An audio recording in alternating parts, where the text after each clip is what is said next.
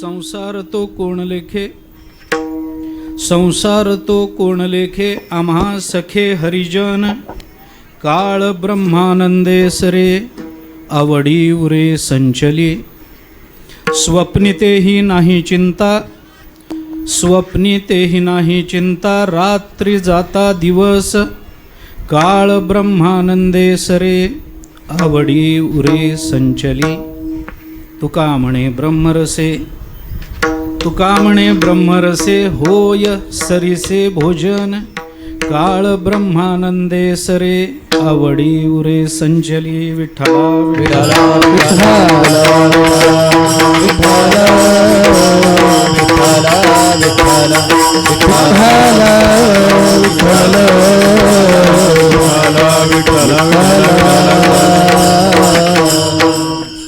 संसार तो कोण लेखे, आम्हा सखे हरिजन. काळ ब्रह्मानंदे सरे, आवडी उरे संचली. जगद्गुरु संत श्रेष्ठ श्री तुकाराम महाराज यांचा अत्यंत प्रसिद्ध, अत्यंत महत्त्वाचा असा अभंग आहे. या अभंगामधून तुकोबारांनी संत संगतीचा आपल्या जीवनावर होणारा परिणाम सांगितलेला आहे. तो परिणाम कशावर होतो? आपल्या भोजनावर होतो. तो परिणाम कशावर होतो? आपल्या अवस्थेवर होतो. तो परिणाम कशावर होतो? आपल्या काळावर होतो. अशा पद्धतीचा विचार तुकाराम महाराजांनी संत संगतीचा परिणाम म्हणून आपल्याला सांगितलेला आहे. संतांची संगती महत्त्वाची कशाकरता असते? इतरांच्या संगतीपेक्षा संत संगती महत्त्वाची का? कोणत्या अर्थाने? त्याचा परिणाम कोणता? त्याच्यात लौकिक परिणाम कोणता? आध्यात्मिक परिणाम, अलौकिक परिणाम कोणता? या संबंधातला विचार नेहमी सांगितला जातो. संगतीचा फार विस्तारानं विचार मला आत्ता करायचा नाही, पण संगतीच्या विचारानं मानवी जीवनावर परिणाम होतो, संगतीनं मानवी जीवनावर परिणाम होतो, हे मात्र आपल्याला मान्य करावं लागेल. याच्याकरता अनेक प्रमाणं, अनेक उदाहरणं आपल्याला देता येतील. संगतीचा परिणाम असा असतो की संगती ही माणसाच्या शरीराबरोबर जरी होत असली कोणाची, तरी ती नुसती शरीराबरोबर न राहता ती बुद्धीवर ताबा मिळवत असते. विठ्ठला विठ्ठला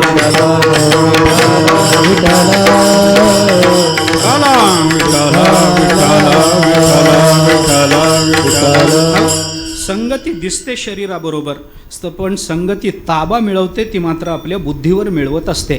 एखाद्याच्या संगतीमध्ये राहिलेला संगतीचा सगळ्यात मोठा परिणाम जर एका वाक्यामध्ये आपल्याला सांगायचा झाला तर असं म्हणता येऊ शकतं की मनुष्य ज्याची संगती करत असतो त्याच्या अनुपस्थितीतही त्याच्याच मनासारखा वागत असतो. विठ्ठला विठ्ठला विठ्ठला विठ्ठला विठ्ठला विठ्ठला. ज्याची संगती तो करतो, तो बरोबर जरी नसला तरी वागणं चालू असतं ते त्याच्याच मताप्रमाणे. दारुड्याची संगती करणारा मनुष्य दारू पिणारा न आला तर एकटा प्यायला जाईल, पण वारकऱ्याची संगती करणारा मनुष्य टाळ पखवाज वारकरी कोणी नसलं तरी रामकृष्ण हरीचं भजन करेल. विठ्ठला विठ्ठला विठ्ठला विठ्ठला विठ्ठला विठ्ठला. त्यामुळे बुद्धीवर ताबा मिळवणारी ही जी संगती आहे, ही संगती कुणाची करावी या संबंधातला आपल्याला विचार करता येऊ शकतो. कुणाची संगती करावी? कुणाची संगती करावी? सज्जनाची करावी का दुर्जनाची करावी? याचा विचार कीर्तनात करायचं कारण नाही, कारण इथं बसणाऱ्या सगळ्यांना हे माहिती आहे की दुर्जनाची संगती करण्याचं कारण नाही. नारद महर्षींनी त्याचा विचार करताना सर्वथैव त्याज्यः असं म्हणून दुर्जनाच्या संगतीचा विचार आपल्याला सांगितला. स्त्री धन नास्तिक चरित्रम न श्रवणीयम इथपर्यंतचा विचार नारद महर्षींनी आपल्याला सांगितला. संगात तर जाणं सोडा, पण त्यांचं चरित्र सुद्धा श्रवण करू नये अशा पद्धतीनं आपल्याला विचार सांगण्यात आला. मला त्याच्याबद्दल फार बोलायचं नाही, परंतु अशी जी संगती आहे ती संत संगती असावी ही गोष्ट जरी खरी असली, चांगल्याची संगती असावी असं जरी असलं तरी सुद्धा या सगळ्याचा विचार करताना एक प्रश्न उपस्थित करायचा आहे की अशी जी संगती आहे ती संगती कुणाची करावी की न करावी हे स्वातंत्र्य आपल्या हातातच नाही. मुळात संगती कुणाची करता येते याचा विचार आपल्यासमोर मला ठेवायचा आहे. कुणाशी करता येते हो संगती? संगती कुणाशीही करता येत नाही. कुणाशी करता येते? गंमत अशी आहे, संगती करणं म्हणजे कुणाच्या तरी संपर्कात जाणे एवढाच त्याचा अर्थ आपल्याला करायचा नाही आहे. कारण त्याच्यातून संगतीमध्ये गती आहे की नाही, संगती शब्दामध्ये एक गती आहे की नाही, ज्याच्यामुळं जीवनाला गती येते त्याची संगती संगती. बरं का? मग ती गती अधोगती आहे का ऊर्ध्वगती आहे हे नंतर ठरवा, पण त्याच्याने गती प्राप्त व्हावी लागते. आणि गती प्राप्त होण्याकरता गत्यर्थ जे धातू वापरले जातात संस्कृतामध्ये त्याचा विचार जर आपण केला तर हे सगळं चिंतन आपल्याला पाहता येतं. भगवंतांनी 18व्या अध्यायाच्या शेवटी अर्जुनाला उपदेश करताना काय सांगितलं? सर्वधर्मान परित्यज्य मामेकम शरणम व्रज असं क्रियापद वापरलं की नाही? व्रज, माझ्या संगतीत ये असं म्हणायचं होतं. भगवान म्हणाले माझ्या संगतीत जा. माझ्या म्हणायचं जा म्हणायचं. असं कसं? आधीच्या श्लोकामध्ये भगवंतांनी योग्य शब्द वापरले. तमेव शरणम गच्छ, तिथं वापरलेलं क्रियापद काय? तमेव शरणम गच्छ, त्याच्या संगतीत जा, हे बरोबर आहे. पण माम एकम शरणम आगच्छ असं नाही म्हटलं, व्रज असं क्रियापद वापरलं. व्रज हे क्रियापद किंवा हे क्रियापद गत्यर्थ वापरलं जातं. आणि म्हणून ज्याच्याने संगतीतून गती प्राप्त होते ती संगती महत्वाची. आता गती शब्दाचा अर्थ कोणता करायचा? गती प्राप्त होते असा जर अर्थ करायचा असेल तर गती कोणती? जी गती, विचार करा, एखाद्या ज्ञानोबारायांनी चिंतन केलं. ज्ञानोबाराय म्हणतात खालारा धावे पाणी, भ्रमर सुखाची घ्राणी, नाना सुटला सांजवणी वत्सू जैसा. हे ज्ञानोबाराय बोलताना पाण्याची गती ही उताराकडे असते, बरोबर? पाण्याची गती उताराकडे आहे. का उताराकडे आहे? उताराकडे काय? याला काय कारण आहे? पाणी चढाकडे धावतं का उताराकडे? उताराकडेच धावणार. जगामध्ये तुम्हाला असं कधी दिसलंय का की दक्षिणेमध्ये उगम पावलेली नदी उत्तरेमध्ये एखाद्या समुद्राला मिळाली? दिसलं का उदाहरण? नाही. आपल्याकडच्या सगळ्या नद्या उत्तरेत उगम पावतात आणि खाली दक्षिणेला येऊन समुद्राला समुद्राला प्राप्त होतात. म्हणजे उत्तरेकडे उगम पावतात. ब्रह्मगिरीवर उगम पावली गंगा नदी, आपला महाराष्ट्र सगळा काबीज करत करत करत करत बंगालच्या उपसागराला जाऊन मिळाली. हे आपण भूगोलामध्ये शिकलोय. हे खालीच का धावते? कारण समुद्राची सपाटी ही खाली असते आणि समुद्राकडे धावणं हा त्या नदीचा स्वभाव आहे.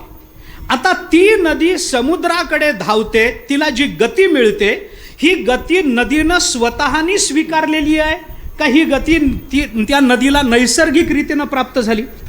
नैसर्गिक आहे. गती नदी म्हणत नाहीये की मला समुद्राकडे जायचंय. अरे तिचा स्वभाव आहे, समुद्र तिचं स्वरूप आहे आणि स्वरूपाकडे जाणं याच्यामध्ये निसर्ग आहेच आहे. स्वरूपाकडे प्रत्येकाची धाव स्वरूपाकडे असते. नदी समुद्राकडे का धावते? कारण समुद्रातूनच तिला पाणी मिळतं म्हणून, बरोबर? म्हणजे ही जी गती तिला मिळाली ती नैसर्गिक, त्याच्यामध्ये प्रयत्न काही नाही आहे. पण परमार्थामध्ये अशी नैसर्गिक पारमार्थिक गती सहजासहजी मिळत नसते. परमार्थामध्ये अशा पद्धतीनं व्यापकत्वाला प्राप्त करून घेण्याकरता जी गती प्राप्त करून घ्यावी लागते ती प्रयत्नाने प्राप्त होते. सहजासहजी बसल्या जागेवर आम्ही परमात्म स्वरूप होऊ अशी कोणतीही शक्यता आपल्या जीवनात नसते. विठ्ठला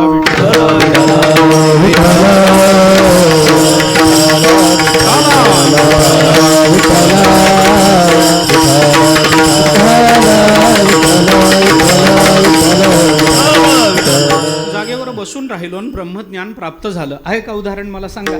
त्याच्याकरता प्रयत्न करावे लागतात. बहुनाम जन्मनाम अंते ज्ञानवान माम प्रपद्यते वासुदेव सर्वमिते स महात्मा सुदुर्लभा. पण याच्याकरता मनुष्याणाम सहस्रेषु कश्चित येतं ते सिद्ध आहे. हे आधीचं चिंतन 7व्या अध्यायामध्ये भगवंतांनी सांगून असा जो मनुष्य आहे त्याचं वर्णन करताना सांगितलं की बाबा असा जो मनुष्य तो बहुनाम जन्मनाम अंते, अनेक जन्माच्या शेवटी, जन्माच्या मध्ये सुद्धा म्हणलं नाही भगवंतानी, जन्माच्या शेवटी अंते असा शब्द वापरला भगवंतानी. आणि मग तो त्या परमात्म स्वरूपाला प्राप्त होतो. आणि ज्ञानवान होऊन काय करतो? माम प्रपद्यते, मला शरण येतो. कोण आहे तो महात्मा? वासुदेव सर्वमिती स महात्मा सुदुर्लभा. ज्ञानोबारायांनी चिंतन करताना खाली केलेलं भाष्य आपण वाचा. मला सांगायचं आहे काय याच्यामध्ये, आपण जागेवर बसून राहिलो आणि सहजतेनं ब्रह्मज्ञान मिळालं अशी उदाहरणं जगतामध्ये मिळत नाहीत. ब्रह्मज्ञान मिळवायचं असेल तर त्याच्याकरता अनंत परिश्रम करावे लागतात. मनात आलं आणि ब्रह्मज्ञान मिळालं असं होत नाही. आपल्याला योगवासिष्ठांनी या संबंधानं चिंतन करताना 3 वेळेला एकाच पद्धतीचा उपदेश केलेला दिसून येतो. योगवासिष्ठामध्ये वसिष्ठ महामुनींनी रामचंद्र प्रभूंना उपदेश करत असताना निर्वाण प्रकरणामध्ये 2दा आणि वैराग्य प्रकरणामध्ये 1दा अशा 3 वेळेला ज्ञानाच्या भूमिकांचा विचार सांगितला. ज्ञानभूमी शुभेच्छाख्या प्रथमा समुदारता विचारणा द्वितीया च तृतीया तनुमानसा सत्वापत्ती चतुर्थी स्यात् ततो असंसक्ती नामका पदार्थाभाविनी षष्ठी सप्तमी तुर्यगा स्मृता. म्हणजे सप्तमी तुर्यगा जी अवस्था ती 7वी तुर्यगा अवस्था प्राप्त होण्याकरता आधीच्या 6 अवस्था हे सगळे प्रयत्नच मानावे लागतात. तिथपर्यंत जाणं हे प्रयत्न आहे आणि त्या प्रयत्नाने आपल्याला जेव्हा काही प्राप्त होतं तेव्हा ते ब्रह्मज्ञान असतं.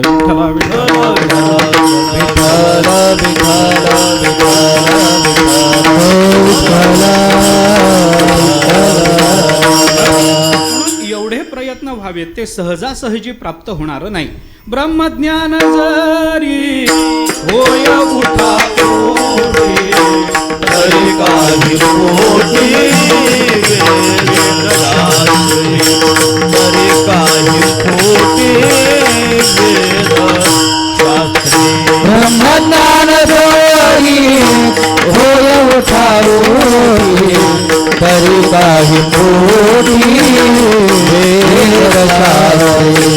तरी काही कोटी वेदशास्त्री.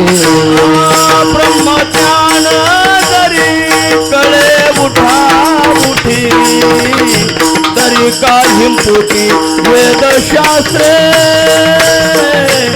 तरी काही पोटी वेदशास्त्रे. ब्रह्मज्ञान जरी होय उठा उठी तरी काही पोटी वेदशास्त्रे तरी काही पोटी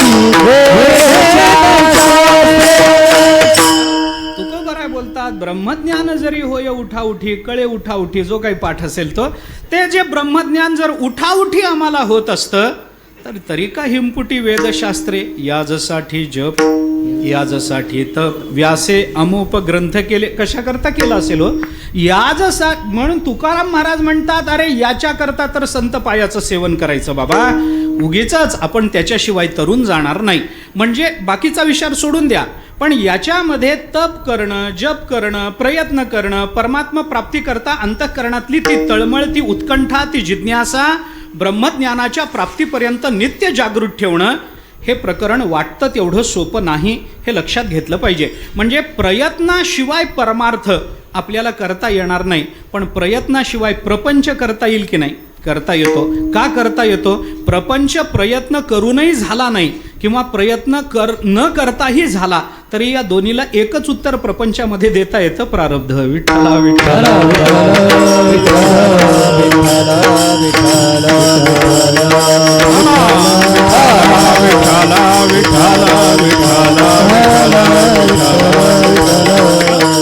प्रारब्धावलंबी असल्यामुळे आपल्याला न करता, काही न करता प्रपंच करायला काय लागतं मला सांगा ना? काय लागतं? काही लागत नाही. निवांत बसलं तरी प्रपंच होतो. जागेवर बसून राहिला तरी 70 वर्षाचा होतोच की नाही? त्यांनी नोकरी करायला पाहिजे तरच 70 वर्षाचा होतो असा काही नियम आहे का? काही न करता जागेवर बसून राहिला आपोआप 70 वर्षाचा होतो, कारण वय थांबत नाही, वय पुढे चालूच आहे. काही न करता माणसाला भूक लागते की नाही? काही न करता बसल्या बसल्या झोप येते की नाही? जाग होऊन सांगा म्हणजे पटकन कळतं. काही न करता जागेवर बसल्या बसल्या झोप लागते, बसल्या बसल्या भूक लागते, बसल्या बसल्या तहान लागते. प्रपंच नाही का? याच्याकरता काय करावं लागलं? काही करावं लागलं नाही, आपोआप होतो. कारण तो निसर्ग आहे, ती गती आहे, ती प्राप्त होणारच आहे. एकदा आपण देहाला प्राप्त झालो की या सगळ्या गोष्टी आपसूक आपल्या जीवनामध्ये घडणार आहेत, आपल्याला त्या नाकारता येणार नाहीत. याचा विचार जर केला तर प्रपंच करायला काय लागतं? काहीही लागत नाही. प्रातस्मरणीय गुरुवर्य मामासाहेब दांडेकर म्हणायचे, त्यांचं वाक्य सांगतो, त्यांच्याच मुखात शोभण्यासारखं आहे पण तरी सांगतो, थोडीशी अवमर्यादा झाली तर क्षमा करा. ते असं म्हणायचे की काही नाही, प्रपंच करायला काय लागतं? गाढवालाही पोरं होतात. काय त्याच्यामध्ये कर्तृत्व काय सांगा ना? कर्तृत्व काय? निर्बुद्धाला सुद्धा प्रपंच आहे आणि बुद्धिमानाला सुद्धा प्रपंच आहे. मग बुद्धिमान निर्बुद्ध दोघांनाही प्रपंच आहे तर फरक काहीच नाही का? आहे. काय फरक आहे? निर्बुद्धालाही प्रपंच आहे, बुद्धिमानालाही प्रपंच आहे, पण असलेल्या प्रपंचाचा बुद्धिमान परमार्थ बनवतो आणि अबुद्ध म्हणजे ज्याला बुद्धीच नाही तो बुद्धिहीन मात्र त्या प्रपंचातच अडकून पडतो. हा दोन्हीतला फरक आहे. असलेला प्रपंच ब्रह्मरूप बनवण्याकरता बुद्धी लागते म्हणून त्यालाही प्रपंच आहे, तोही प्रारब्धानुरूप प्राप्त झालेला आहे. यालाही प्रपंच आहे, तोही प्रारब्धानुरूप प्राप्त झालेला आहे. पण प्रारब्धाच्या बरोबर प्रयत्नांची पराकाष्ठा करून तो प्रपंचाचा परमार्थ करतो आणि नुसत्या प्रारब्धावर अवलंबून राहून हा असलेलाच प्रपंच दुःखरूप रूपतेने भोगतो. विठ्ठला म्हणून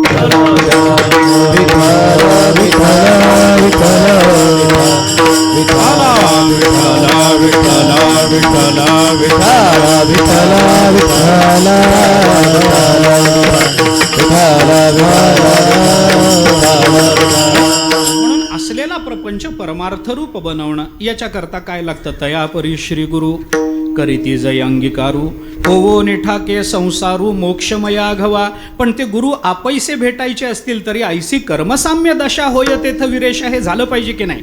म्हणजे कर्मसाम्यतेला येण्याकरता सुद्धा प्रयत्न लागतात.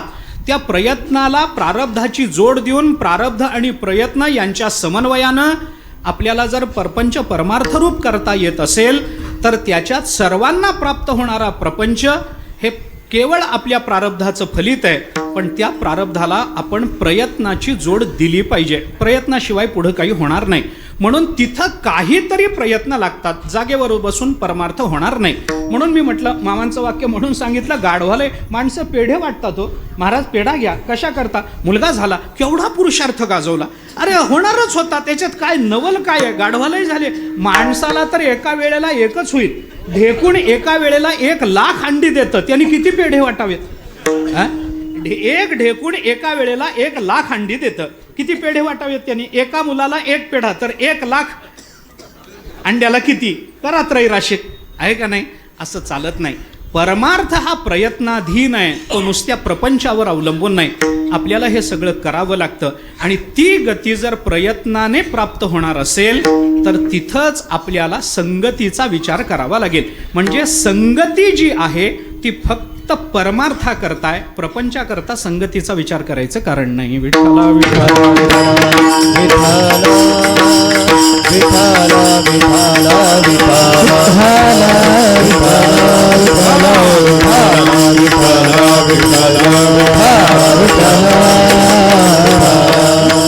आणि या दृष्टीने विचार केला तर फक्त परमार्थाकरताच संगती लागते असं म्हणलं की दुर्जनाच्या संगतीचा विषय बाजूला पडला. आता परमार्थाकरता संगती पाहिजे ना, मग परमार्थाकरता कुणाची संगती होऊ शकते? दोघांची, एक परमात्म्याची आणि दुसरी संतांची. दोनच संगतीचा विचार आपल्याला करता येऊ शकतो. एक परमात्म्याची संगती करा तर आपला परमार्थ कडेला जाईल, नाहीतर संतांची संगती करा, आपला परमार्थ कडेला जाईल. आता हे 2 विकल्प समोर आले ना, मग परमात्म्याची संगती करता येते का हा नंतरचा प्रश्न आहे. परमात्म्याची संगती करता येत नाही. का येत नाही? कारण आपलं स्वरूपच परमात्मा असल्यामुळे स्वरूपाशी संगती होत नसते. विठ्ठला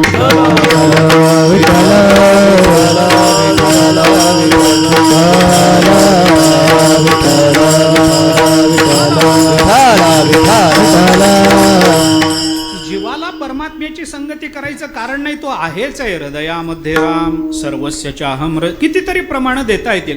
तुका म्हणे कैची कीव कोठे दिवा निराळा,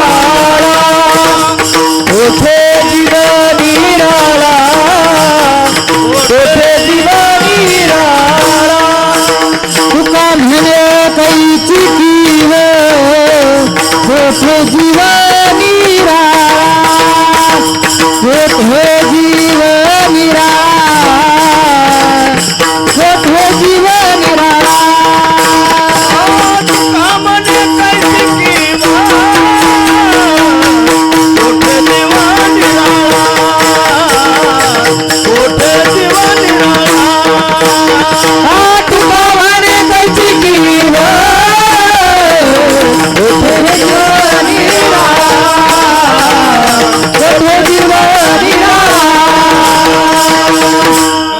तुका म्हणे कैची कीव कोठे जीव निराळा. तुकोबराय बोलतात जीव हा परमात्मा भिन्न नाही, जीव परमात्मा रूप आहे, जीवो ब्रह्मैव नापरः.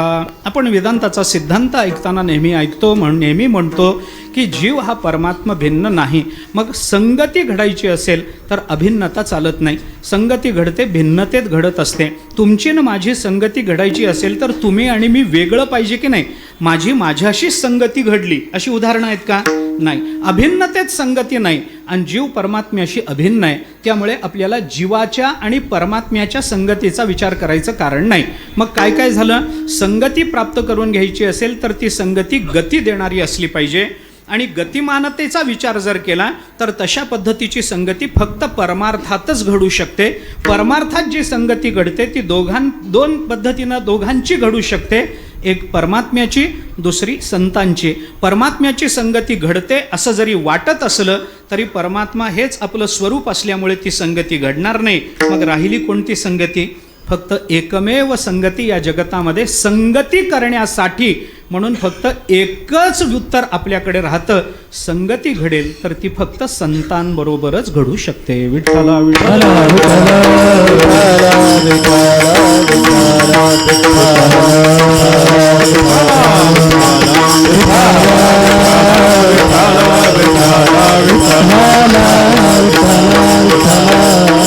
अशा पद्धतीनं जर विचार केला तर संतांची संगती एकमेव आपल्याला संगती घडेल तर ती संतांची घडेल. मग आता संतांची संगती घडेल, एकमेव घडेल ना? फक्त संतच आहेत ना? मग संतांचीच जर संगती घडत असेल तर तुकोबारायदिक संत महात्मे, संत संगतीचं एवढं महात्म्य का आपल्याला सांगतात? काय गरज पडली? अरे तुम्ही महात्म्य नाही सांगितलं तरी संगती घडणार फक्त संतांबरोबर, आणि सांगितलं तरी संगती घडणार संतांबरोबर. मग कशाला एवढं महात्म्य सांगत बसता? त्याचं उत्तर असं आहे की अज्ञानजन्य जो जीव असतो, जो फक्त अज्ञानातच जगतो आणि अज्ञानातच राहतो आणि अज्ञानजन्य अवस्था प्राप्त करून घेण्यामध्ये स्वतःच्या जीवनातला पुरुषार्थ मानत असेल तर अशा जीवांना मुक्त करण्याकरता इतर संगतीचा उपयोग होणार नाही हे त्याला सांगावं लागतं. अतद व्यावृत्तीनं काही वेळेला बोलावं लागतं. कारण काय आहे? कारण आहे ते एकच आहे, पण त्या एकाचा बोध करण्याकरता आपल्याला अतद व्यावृत्तीनं निर्णय करावे लागतात की नाही? काही वेळेला लक्षण करत असताना आपण तटस्थ लक्षण, स्वरूप लक्षण याचा जसा विचार करतो तसं अतद व्यावृत्तीपूर्वक केलेली काही लक्षणं असतात की नाही? त्या लक्षणाच्या अनुषंगानं आपल्याला तो विचार मांडावा लागतो. परमात्मा एकच आहे, जगताची उत्पत्तीच नाही. परमात्माच सर्वत्र व्यापक आहे, पण तो परमात्मा कळण्याकरता आधी जगताचा अध्यारोप करावा लागेल की नाही? तो जगताचा अध्यारोप करून मग त्याचा अपवाद केला की मग खाली जे राहतं ते एक परमतत्व आहे हे सांगावं लागतं. अध्यारोप अपवादाभ्याम निष्प्रपंचम प्रपद्यते किंवा प्रपंचते अशा दोन्ही पाठांनी हे सूत्र आपल्याला सांगितलं जातं.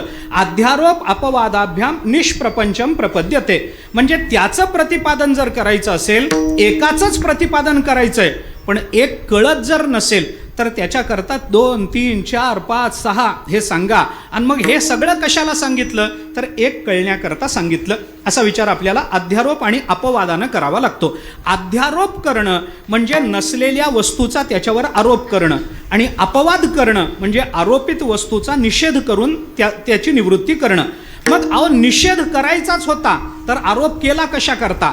आणि आरोपच जर केला होता तर त्याचा निषेध केला कशा करता? तर त्याची उत्तरं तिथेच आहेत. आरोप केला कशा करता? निषेध करण्याकरता. आणि निषेध का केला? आरोप केला होता म्हणून. विठ्ठला विठ्ठला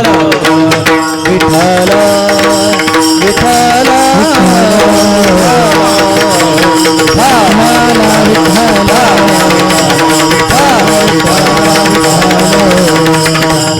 या दृष्टीने संत संगतीचं महात्म्य संतांनी का सांगितलं त्याचा विचार तत्वदृष्टीने आपल्याला करता येऊ शकतो. आपल्याला अध्यारोप केल्याशिवाय कळत नाही, कारण आपली दृष्टी नेहमी स्थूलात अडकलेली असते आणि संतांना जे नेहमी सांगायचं असतं ते सूक्ष्म असतं. संतांना सांगायचंय सूक्ष्म, आमची दृष्टी स्थूलात अडकते. मग संत आपल्याला हा विचार सांगतात, स्थूलापर्यंत जाते ना, तिथंच राहू द्या, हे स्थूल सत्य आहे असं स्वीकारा पहिल्यांदा, आणि मग त्या स्थूल जे सत्य म्हणून स्वीकारलेलं असतं त्याची दुःखरूपता, त्याची क्लेशकारकता हळूहळू हळूहळू आम्हाला पटवून देत देत देत देत हे सगळं निवृत्त झालं पाहिजे असं म्हणून ते निवृत्त करतात. सोपं उदाहरण मी अनेक वेळेला सांगतो या अध्यारोप अपवादाकरता.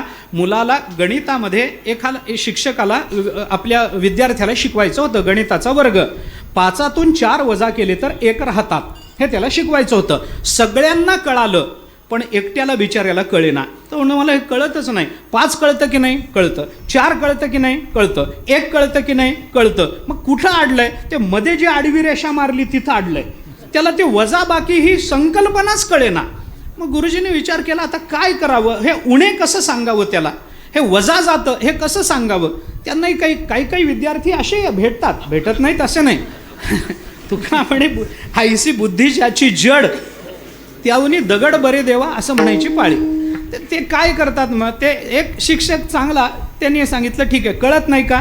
कळत नाही. मग मी तुला समजून दिल्याशिवाय तुला सोडणार नाही. काही शिक्षकही चांगले असतात. हां हो ना, हेही खरंच आहे की हो.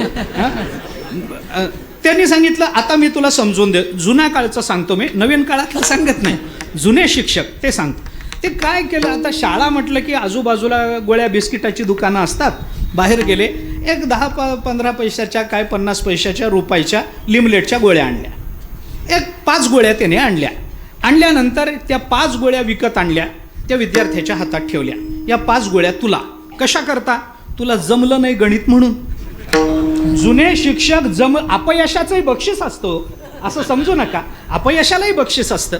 हे 5 गोळ्या तुला. का? मला कळलं, तुला कळलं नाही ना गणित म्हणून. त्या विद्यार्थ्याला इतका आनंद झाला. तो म्हणाला बघा कुणाला वर्गात मिळालं नाही, फक्त मला मिळालं. फक्त मला 5 गोळ्या मिळाल्या. 5 गोळ्या. आता त्यांनी गुरुजींनी विचारलं हातात किती गोळ्या? त्याने सांगितलं 5 गोळ्या. ठीक आहे म्हणे त्याच्यातल्या 4 मला देऊन टाक.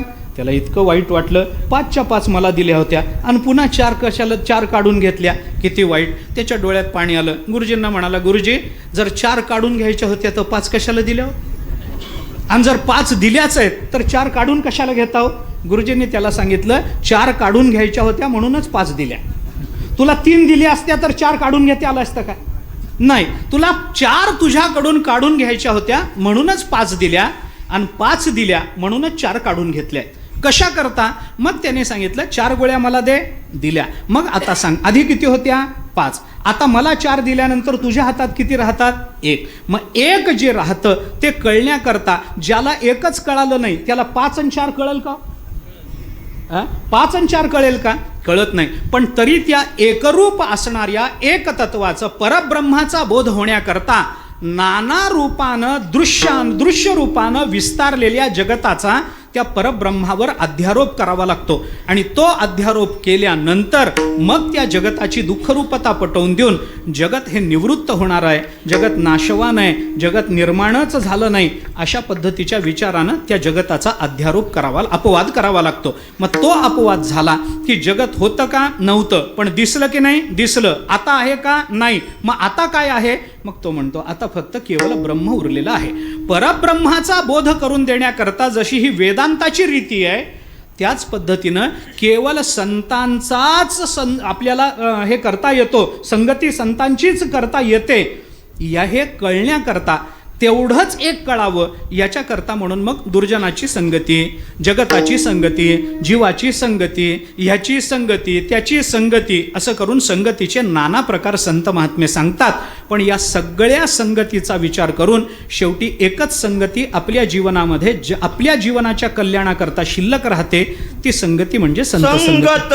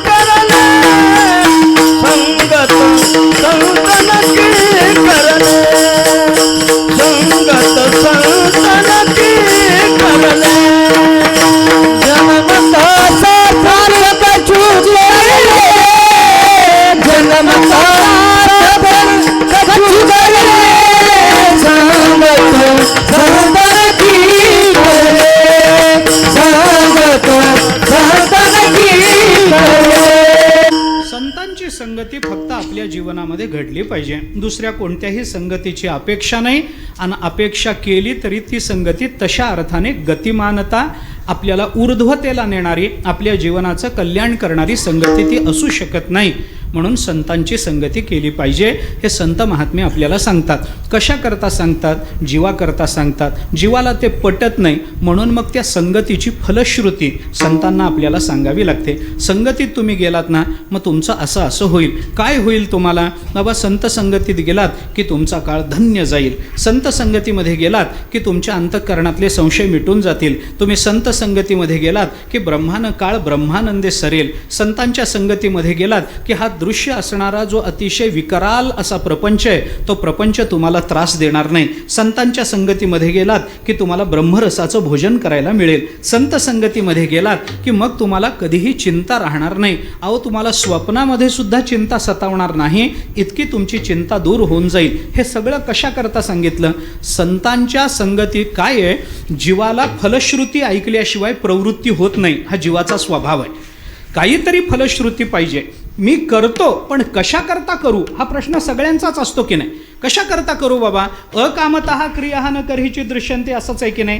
निष्कारण केलेली कृती या जगतामध्ये तुम्हाला कुठंच दिसणार नाही. काहीतरी त्याच्या मागे हेतू असला पाहिजे, काहीतरी फल दाखवलं पाहिजे, काहीतरी लोभ निर्माण केला पाहिजे.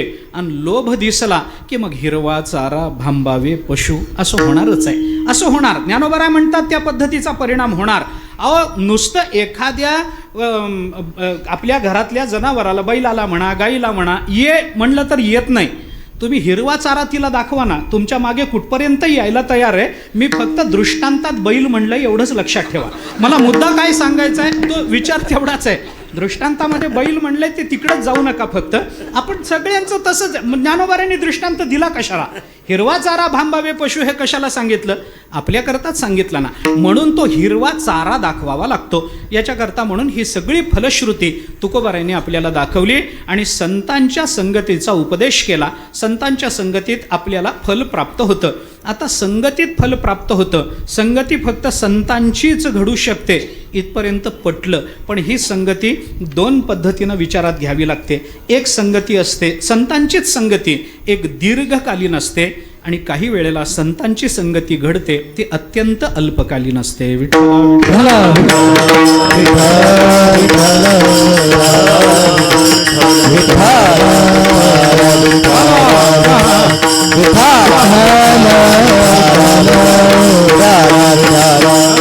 काही वेळेला संगतीचा विचार केला तर ती दीर्घकालीन असते. खूप दीर्घकाल संगती संतांची घडावी लागते, तरच आपल्यामध्ये काही परिवर्तन होण्याची शक्यता आहे, तरच आपल्या बुद्धीला परमात्मा कळण्याची शक्यता आहे. नुसतं एकदा सांगितलं आणि झालं असं घडत नाही. आपल्याला माहिती असेल, उपनिषदामध्ये त्या श्वेतकेतूला उपदेश करत असताना उद्दालकांनी एकदा तत्वमसी सांगून सोडून दिलं नाही. त्याला किती वेळेला उपदेश करावा लागला? 9 वेळेला तो उपदेश करावा लागला. 9 वेळेला केलेला जो उपदेश आहे तो उपदेश एकच आहे, पण 9 वेळेला का सांगितला? 9 वेळेला वेगवेगळा उपदेश केलेला नाहीये. 9 वेळेला वेगवेगळा उपदेश नाही, एकच उपदेश आहे, पण तो 9 वेगवेगळ्या दृष्टांतातून केलेला आपल्याला उपनिषदामध्ये दिसून येतो. याचा जर विचार केला तर काही ज्या संगती संतांचीच संगती, पण काही वेळेला ती दीर्घकालीन असावी लागते. मी सगळ्यांना माहिती असणारं प्रमाण देतो, याच्यामध्ये जास्त गुंतत नाही. सगळ्यांना माहिती असणारं प्रमाण देतो. पसायदानामध्ये ज्ञानेश्वर महाराजांनी जगताचं कल्याण मागितलं. हे जगताचं कल्याण मागत असताना ज्ञानेश्वर महाराजांनी चिंतन कसं मांडलंय ते आपण पसायदानाचा बारकाईनं विचार करताना बघा. काय होतं, पसायदान आपल्याला पाठ आहे म्हणून आपलं त्याच्या अर्थाकडे पटकन लक्ष जात नाही. हे आपलं दुर्दैव आहे, पसायदानाचं नाही बरं का. म्हणजे काही काही पुस्तकं चांगली असतात पण लोकांमध्ये ती प्रसिद्ध होत नाहीत, ते त्या पुस्तकाचं प्रारब्ध असतं. पण पसायदानाकडे जर आपलं दुर्लक्ष झालं ना तर ते पसायदानाचं नाही, आपलं प्रारब्ध प्रतिकूल आहे असं समजलं पाहिजे. अतिपरिचयात अवज्ञा संततगमनात अनादरो भवती मलये भिल्ल पुरंधरी चंदन तरुकाष्टम इंधनम कुरुते, अशा पद्धतीचा प्रकार पसायदान आणि हरिपाठाच्या बाबतीत बऱ्याच वेळेला होऊन जातो. पाठ आहे मग काय, पसायदान इतकी जगतातली इतकी सुंदर मागणी दुसरी कोणती नाही. पण ती मागणी मागत असताना आपण काय करतो तर ज्ञानेश्वरीला वस्त्र गुंडाळतो. आपण काय करतो तर पुढच्या पुढच्या कार्यक्रमाच्या सूचना देत असतो. आपण काय करतो तर बाकीचा आवरून उठण्याचा प्रयत्न करत असतो. आपण काय करतो, कोण आलं कोण गेलं, कुणी चिक्कू ठेवला, कुणी खडीसाखर ठेवली, हे मोजत बसतो. हे सगळं पसायदान म्हणताना आपलं चालू असतं पारायणाच्या शेवटी. म्हणजे त्याचं दुर्लक्ष झालं की नाही हो. त्याच्यामध्ये ज्ञानेश्वर महाराजांनी जगताचं कल्याण जरी मागितलेलं असलं तरी ते आयतं मागितलेलं नाही, तर या जगताच्या कल्याणाकरता अत्यंत महत्त्वाच्या असणाऱ्या प्रत्येक घटकाचं उत्तरदायित्व ज्ञानेश्वर महाराजांनी पसायदानातून हेतुतः अधोरेखित केलेलं आहे, असं आपल्याला पसायदानाचं चिंतन करताना कळतं. मला सगळाच विचार बोलून दाखवायचा नाही. ज्ञानोबारायांनी या जगताचं कल्याण व्हावं याचं उत्तरदायित्व कुणावर आहे? अरे ते खळापासून सुरू झालं ते ईश्वरनिष्ठांपर्यंत येऊन थांबलं नाही, ग्रंथोपजीवीपर्यंत येऊन थांबलं. या सगळ्यांची जबाबदारी आहे. जगत बदलणं, समाज बदलणं, समाज सज्जन करणं ही कुणा एकाची जबाबदारी नाही, ती तुमची माझी सगळ्यांची जबाबदारी आहे. हे ज्ञानोबारायांनी त्याच्यातून दाखवलं. आणि अशा ईश्वरनिष्ठ महात्म्यांच्या संबंधानं त्यांचं उत्तरदायित्व सांगताना ज्ञानोबाराय बोलतात, वर्षत सकळ मंगळी ईश्वरनिष्ठांची मांदियाळी. मला पुढं बोलायचं आहे, अनवरत भूमंडळी भेट तू भूता. ज्ञानोबाराय जे चिंतन करतात, या ओवीचा विचार केला तर या ओवीमध्ये 2 क्रियापदं आली, वर्षत आणि भेटत. ही 2 क्रियापदं आली की नाही. वर्षत सकळ मंगळी ईश्वरनिष्ठांची मांदियाळी अनवरत भूमंडळी भेटतू भूता, म्हणजे भेटणं आणि वर्षाव करणं. या 2 क्रियापदाचा विचार आला की नाही या ओळीमध्ये. या दोन्ही क्रियापदाला अनवरत याची जोड दिली पाहिजे बरं का. अनवरत त्यांनी भेटत राहिलं पाहिजे आणि अनवरत मंगळाचा वर्षाव करत राहिलं पाहिजे. हे दोन्ही आहे की नाही. त्यांनी अनवरत भेटत राहिलं पाहिजे. याचा अर्थ काय? एकदा भेटून हे जग बदलणार नाही, म्हणून त्या ईश्वरनिष्ठांची जी संगती आहे ही दीर्घकालीन मानली पाहिजे. विठ्ठला विठ्ठला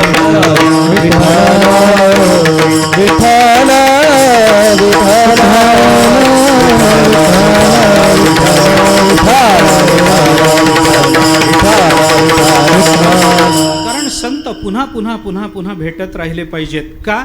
कारण संतांनी एकदा भेटून आपण बदलावं इतकं आपलं पुण्यही नाही आणि इतकी बुद्धीही चांगली नाही. याच्याकरता पुन्हा भेटा पुन्हा भेटा. निवृत्तीनाथ महाराज आले, ज्ञानोबाराय आले, ज्ञानोबाराय भेटून गेले की नाथ महाराज आले, नाथ महाराज भेटून गेले की तुकोबाराय आले, तुकोबाराय भेटून गेले की लगेच निळोबाराय आले, लगेच म्हणजे बहिणाबाई आल्या. या सगळ्या ही संतांची मांदियाळी जी महाराष्ट्रामध्ये अवताराला आली.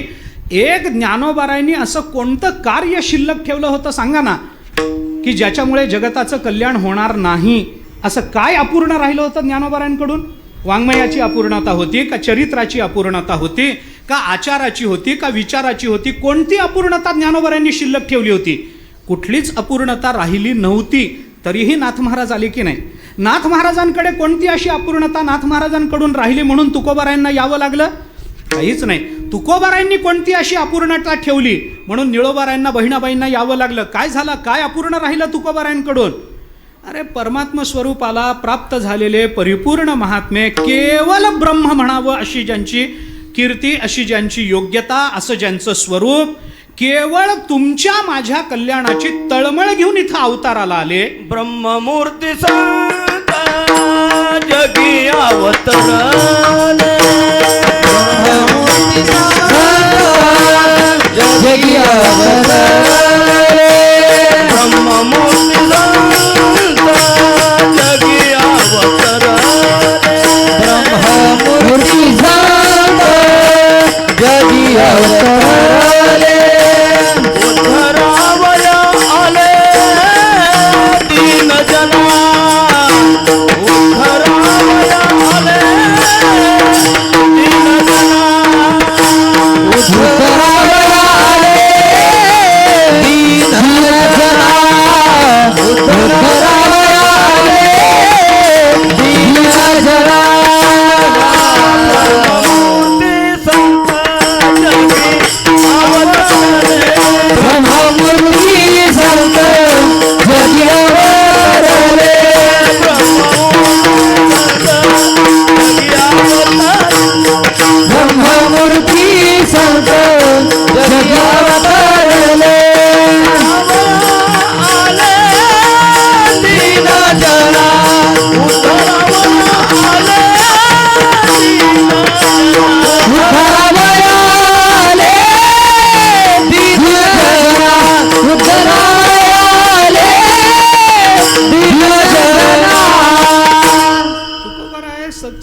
संत नामदेवराय असोत, तुकोबाराय असोत, एकच भाषा बोलतात.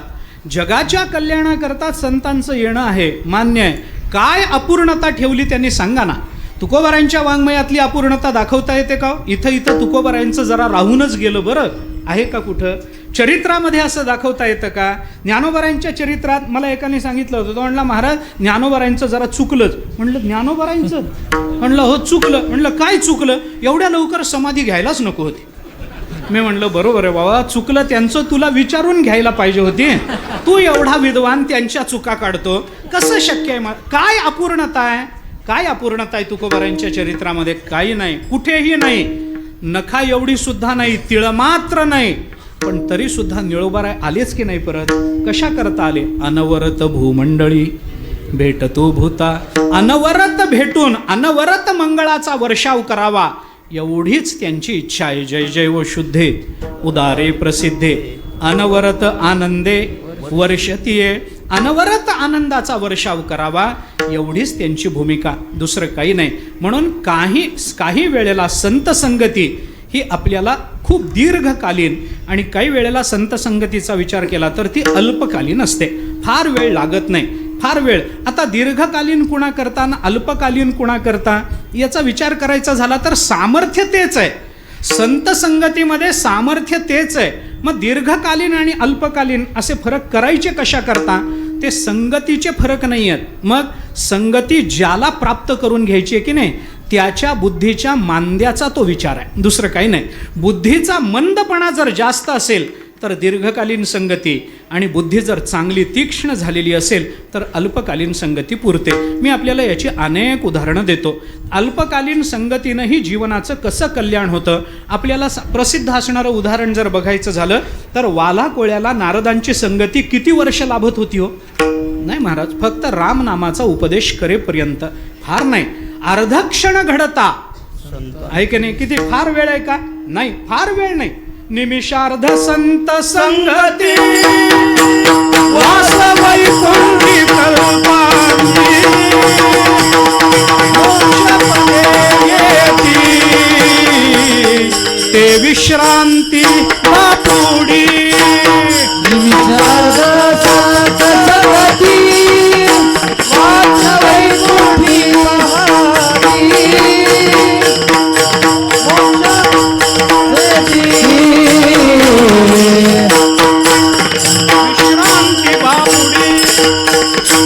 निमिषार्ध संत संगती वास वैकुंठी कल्पांती.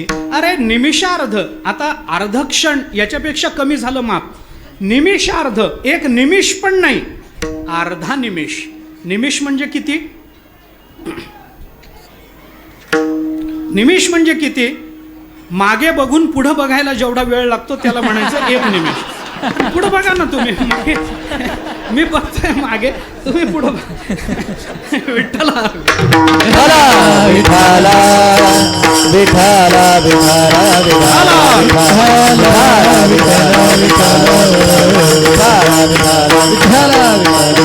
एक निमिष म्हणजे किती?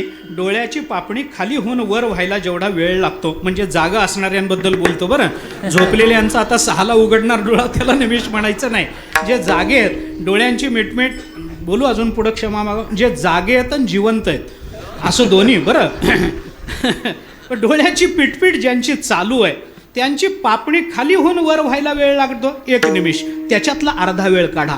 तेवढा वेळ जरी संत संगती प्राप्त झाली तरी वास वैकुंठी कल्पांती. परिणाम काय होतो? अरे मोक्ष सुद्धा आपल्या चरणाजवळ विश्रांतीला येतो, इतका मोठा अधिकार त्याच्याने प्राप्त होतो. अशा दोन्ही पद्धतीचा विचार आपल्याला करता येतो. पण प्रज्ञामांद्य असेल तर मग मात्र तुम्हाला अनवरत हे विचारात घेतलं पाहिजे. आणि जर आपली तयारी असेल, अधिकार संपन्नता असेल तर फार वेळ लागत नाही. तुका म्हणे कानी ऐकिली मात, बस एवढाच वेळ लागणार. कानी ऐकिली मात, तेवढाच वेळ. परिणाम काय? तोची झाला घात जीवपणा, जीवपणा तोची झाला घात, जीवपणा तोची झाला घात. तुका म्हणे कानी ऐकिली मात, तोची झाला घात.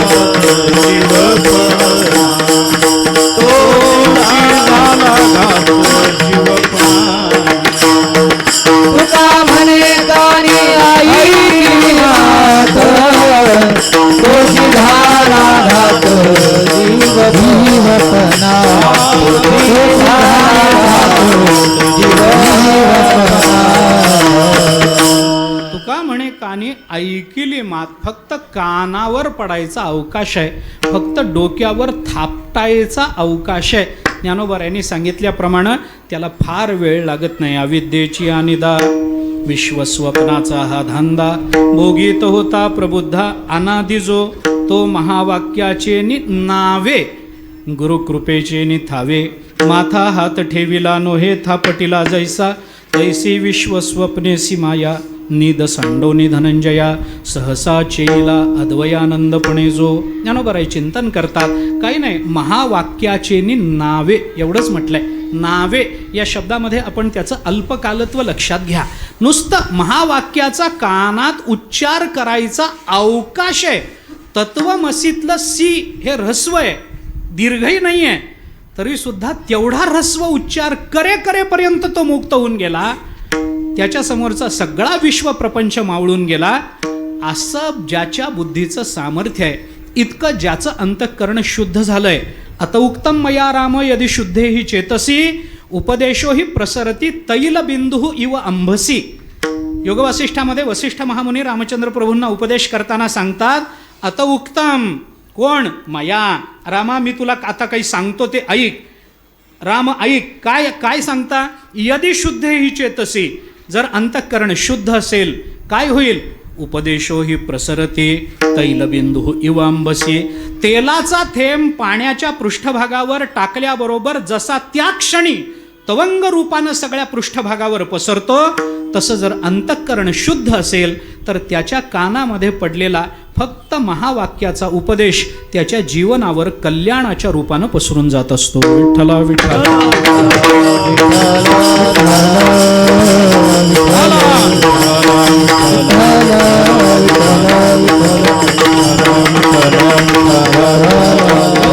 या सगळ्याचा विचार करून अल्पकालीन दीर्घकालीन अशा संगतीचा विचार आपल्याला करता येतो.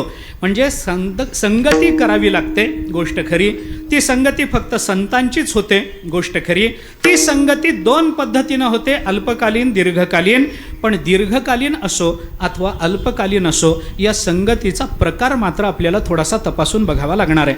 का बाबा? कारण आपण जी संगती करतो त्या संगतीमध्ये आपण कोणतं नातं जोडतो याच्यावर सुद्धा बऱ्याच गोष्टी अवलंबून असतात. संगती संतांचीच करायची आहे, पण वेगवेगळ्या रूपानं आपल्याला ती संगती करावी लागते. संत कोणकोणत्या रूपानं भेटू शकतात, कोणकोणत्या रूपानं त्यांचा आपला संबंध कोणत्या मथळ्याखाली आणायचा हे ठरवलं पाहिजे. ज्ञानोबारायांशी आपल्याला जोडून घ्यायचं आहे, पण काय म्हणून जोडून घ्यायचं आहे? ते आई आणि मी त्यांचं लेकरू.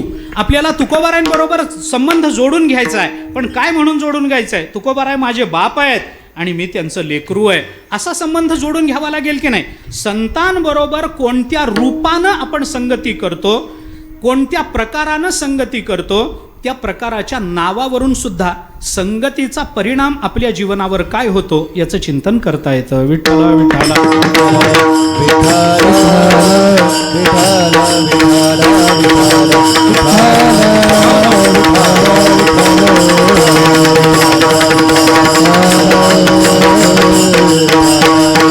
वेगवेगळ्या प्रकारानं त्याचं चिंतन का करावं लागतं? कारण ज्ञानोबारायांनी तशा पद्धतीची मांडणी केली म्हणून आपल्याला तसा विचार करता येऊ शकतो. मी उदाहरण आपल्याला सांगतो. पुन्हा पसायदानामध्ये चला. पसायदान सगळ्यांना पाठ आहे, तिथलंच प्रमाण पुन्हा देतो. ज्ञानोबारायांनी संतांचं चिंतन करत असताना त्यांना दोन उदाहरणं दिलेली आहेत. ज्ञानोबारायांनी काय सांगितलं की बाबा चंद्रमेजे अलांछन, सगळ्यांना पाठ असेल तर म्हणा बरं. चंद्रमेजे अलांछन मार्तंडजे तापहीन, इथपर्यंत झाले दृष्टांत. आता पुढं ज्ञानोबाराय काय बोलतात? ते सर्वाही सदा पुढं सज्जन सोयरे होतू. सोयरा शब्द ज्ञानोबारायाने वापरला की नाही? बरं, तो सोयरा कसा पाहिजे? म्हणजे सोयरे सज्जन नसतात हे त्याही वेळेला ज्ञानोबारायांना माहिती होतं, बरोबर आहे की नाही? म्हणजे ज्ञानोबाराय काय म्हणतात? सोयरे व्हावेत. पण सोयरे व्हावेत कसे? सोयरे व्हावेत सज्जन व्हावेत. आणि सज्जन सोयरे किती असावेत? म्हणजे किती वेळेला असावेत? सदा. सदा सज्जन सोयरे होतू. या तिन्ही शब्दाचा जर विचार केला तर जे सदा आपल्याजवळ असतात ते सोयरे नसतात, आणि जे सोयरे सदा आपल्याजवळ राहण्याचा प्रयत्न करतात ते तर मुळीच सज्जन नसतात. विठ्ठला विठ्ठला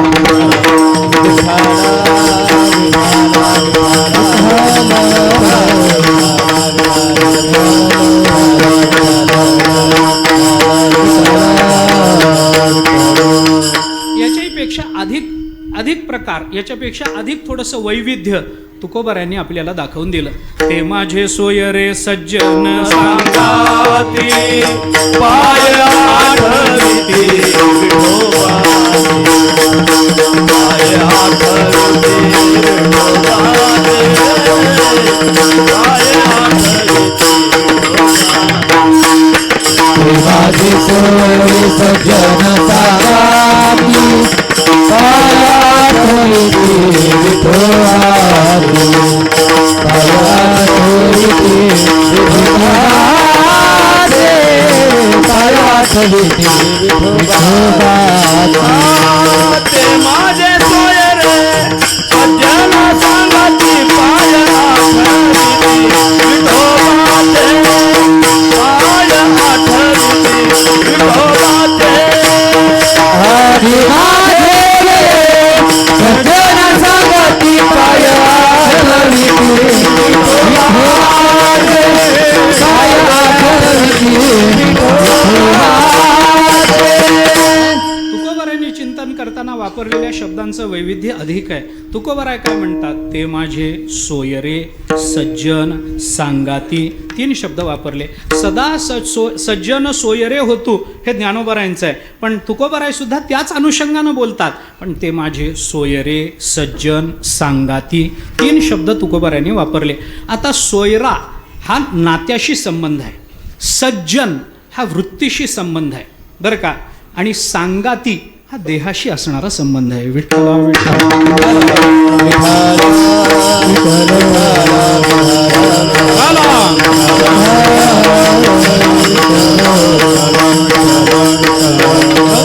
तिन्ही पद्धतीनं आपल्याला विचार करता येऊ शकतो. हे संबंध कसे असावेत, काय असावेत, हे संबंध कसे टिकावेत, ते महाभारताने एके ठिकाणी चिंतन करताना असं म्हटलंय, यथा काष्ठमच समेयाताम महोदधौ व्यपेत्य तु समेयाताम तद्वद भूत समागमः. हे महाभारताने सांगताना असं सांगितलं, 2 ओंडके एकत्रित वाहत येतात आणि कालांतरानं वेगवेगळे होऊन निघून जातात. ते निघून गेल्यानंतर पुन्हा ते 2 ओंडके एकत्रित येतीलच, याची शाश्वती आपल्याला देता येत नाही. तसं जीव जेव्हा जीवाच्या संगतीत जातो तेव्हा प्रारब्ध असल्यामुळे ते काही काळपर्यंत एकत्रित जातात. आळंदीहून बसले पंढरपूरला जायला, एकाच सीटवर दोघे बसले, पंढरपूरपर्यंत एकत्रित गेले, नंतर तो त्याच्या धर्मशाळेत, हा याच्या धर्मशाळेत, आयुष्यात पुन्हा भेट नाही. हे फक्त बसमध्येच होतं असं नाही, जीवनामध्ये असे अनेक लोक आपल्याला भेटतात, एका विशिष्ट काळापर्यंत येतात. त्यांचा आपला संबंध नातेसंबंधही असतो.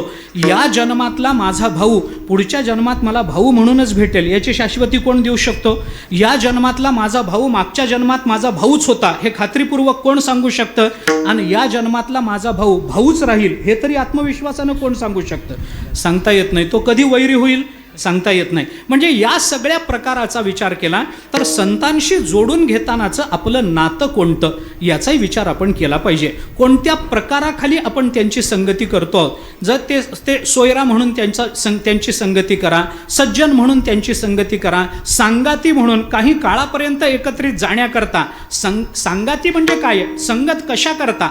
आपल्याला त्या काळामध्ये गरज पडली तर असा. ज्ञानोबारायांनी 17व्या अध्यायामध्ये ओम तत्सदिती निर्देशो या श्लोकावर भाष्य करत असताना ओंकार किंवा त्याच्या पुढेही ओंकाराचं चिंतन करताना जे शब्द वापरलेत तो ओंकार सांगाती म्हणूनच आपल्याला सांगितला की नाही. ज्ञानोबारायांनी चिंतन करताना काय केलं की बाबा हा जो ओंकार आहे तो आपल्या बरोबर आहे. कसा बरोबर आहे? अंधारी अभंग दिवा, आडवी समर्थ बोळावा, तैसा प्रणवो जाणावा कर्मारंभी. ज्ञानोबारायांनी कर्मारंभी प्रणवो तैसा जाणावा. कैसा जाणावा? अंधारी अभंग दिवा तैसा जाणावा. आडवी समर्थ बोळावा म्हणजे अंधारामध्ये मनुष्य दिवा घेऊन का जातो? दिसावं म्हणून, आपण अडखळून पडू नये म्हणून, आपल्याला मदत व्हावी म्हणून. हा विचार अघटित. अंधार आपल्याला दीपानी सापडत नाही हे दृष्टांतापुरतं ठीक आहे, परंतु त्याच्या पुढं ज्ञानोबा काय बोलतात? आडवी समर्थ बोळावा. आडमार्गानं जाताना एखादा पैलवान आपल्या बरोबर असावा. भीती वाटते का? तैसा प्रणवो जाणावा कर्मारंभे. किंवा ज्ञानोबारायांनी सांगातीचं दुसरं उदाहरण देताना आपल्याला सांगितलंय, वितरा गीते सारिखा जो जोडोनी ठेविला सखा तो अघवियाची भूमिका सवेची चाले. सांगाती सवेची चाले हे सांगातीचं लक्षण झालं की नाही. आणि म्हणून ज्ञानोबारायांनी अशा वेगवेगळ्या पद्धतीनं म्हणून ते सोरे सज्जन सांगाती हे सगळं जे चिंतन केलं त्या चिंतनाचा वेगळा विचार. पण तुकोबारायांनी प्रस्तुत अभंगामध्ये संतांच्या संगतीचा जो विचार केला तो सज्जन म्हणून नाही, सोयरा म्हणून नाही, सांगाती म्हणून नाही, एक विशेष शब्द तुकोबारायांनी वापरला अभंगाच्या पहिल्या चरणामध्ये.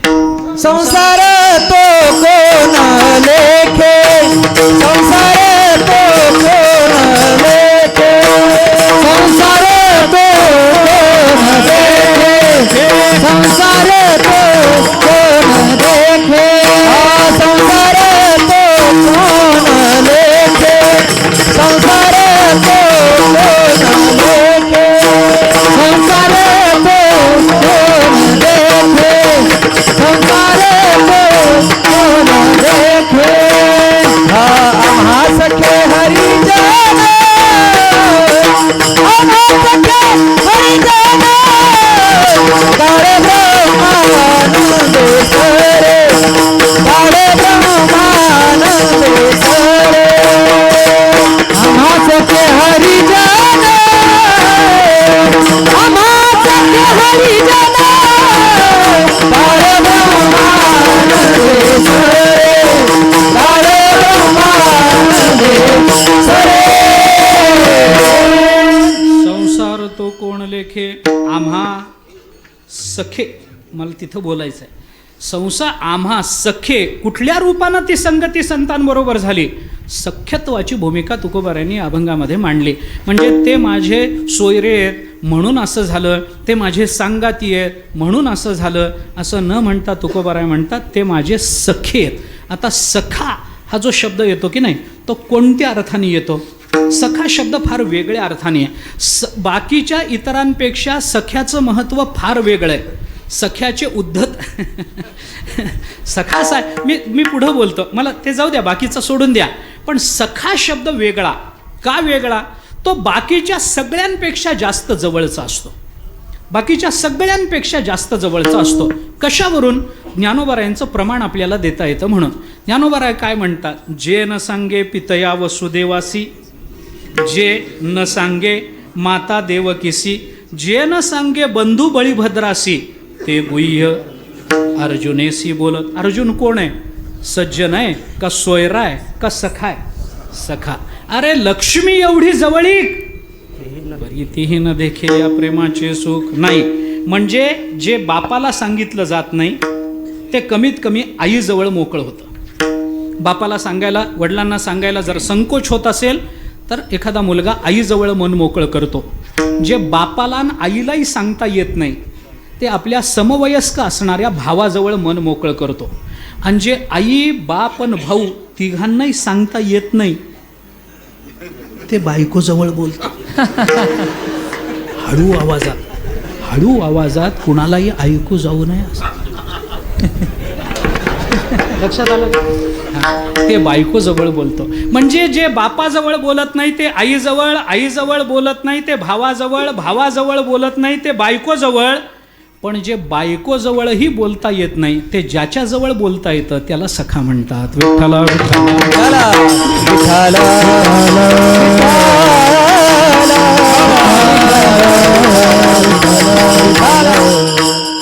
कुणाजवळही जे बोलता येत नाही ते ज्याच्याजवळ बोलता येतं त्याला सखा म्हणतात. आणि असा सखा म्हणूनच खास असतो. विठ्ठला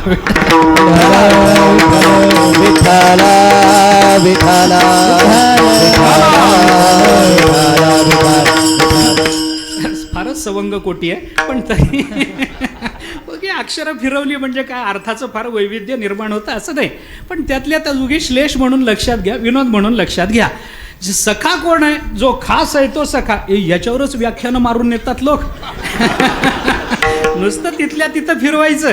त्याला काय सखा शब्द कसा चालतो, सखा म्हणजे काय, या संबंधातला विचार करत असताना आपल्याला या नात्याचा उलगडा करणाऱ्या काही व्याख्या दिसून येतात बरं का. सखा कोणाला म्हणावं, बंधू कोणाला म्हणावं, सुरत कोणाला म्हणावं, मित्र कोणाला म्हणावं, हे सगळे वेगवेगळे. मित्र म्हणजे सुरत नाही, सुरत म्हणजे बंधू नाही, बंधू म्हणजे सखा नाही.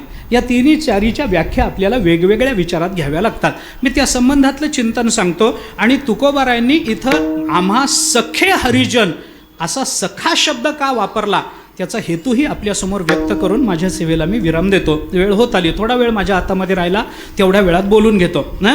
काय फरक आहे याच्यामध्ये? त्यांनी चिंतन सांगताना असा विचार आला त्या संबंधामध्ये, अत्याग सहनो बंधू. बंधू कोणाला म्हणायचं? सदैव अनुमतः सुरत एकक्रियम भवेन मित्रम समप्राण सखाईव. विठ्ठला विठ्ठला विठ्ठला विठ्ठला समप्राण सखा स्मृता. बरं का, इव नाही, इव ते जाऊ द्या, सखा स्मृता. हां, आता याच्यामध्ये काय सांगितलं? अत्याग सहनो बंधू. बंधू कुणाला म्हणायचं? अत्याग सहनो. आपण कितीही अपराध केले तर सगळे सहन करून जो आपला त्याग करत नाही त्याला बंधू अशी संज्ञा आहे. बंधू कोणाला म्हणायचं? आपण त्याचे किती अपराध करा, आपण त्याला काही बोला, कसंही करा. बंधू हा शब्द इथं वडील बंधू या अर्थाने येतो बरं का.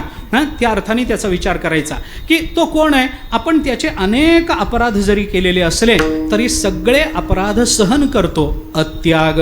पण आपला त्याग करत नाही, त्याला बंधू असं म्हणायचं. किंवा दुसरा अर्थ जर सांगायचा झाला तर आपला त्याग करत नाही हे तर खरंच आहे, पण यदा कदाचित आपला त्याग झाला तर तो सहनही करत नाही, त्यालाही बंधूच म्हणतात. विठ्ठला विठ्ठला विठ्ठला विठ्ठला विठ्ठला विठ्ठला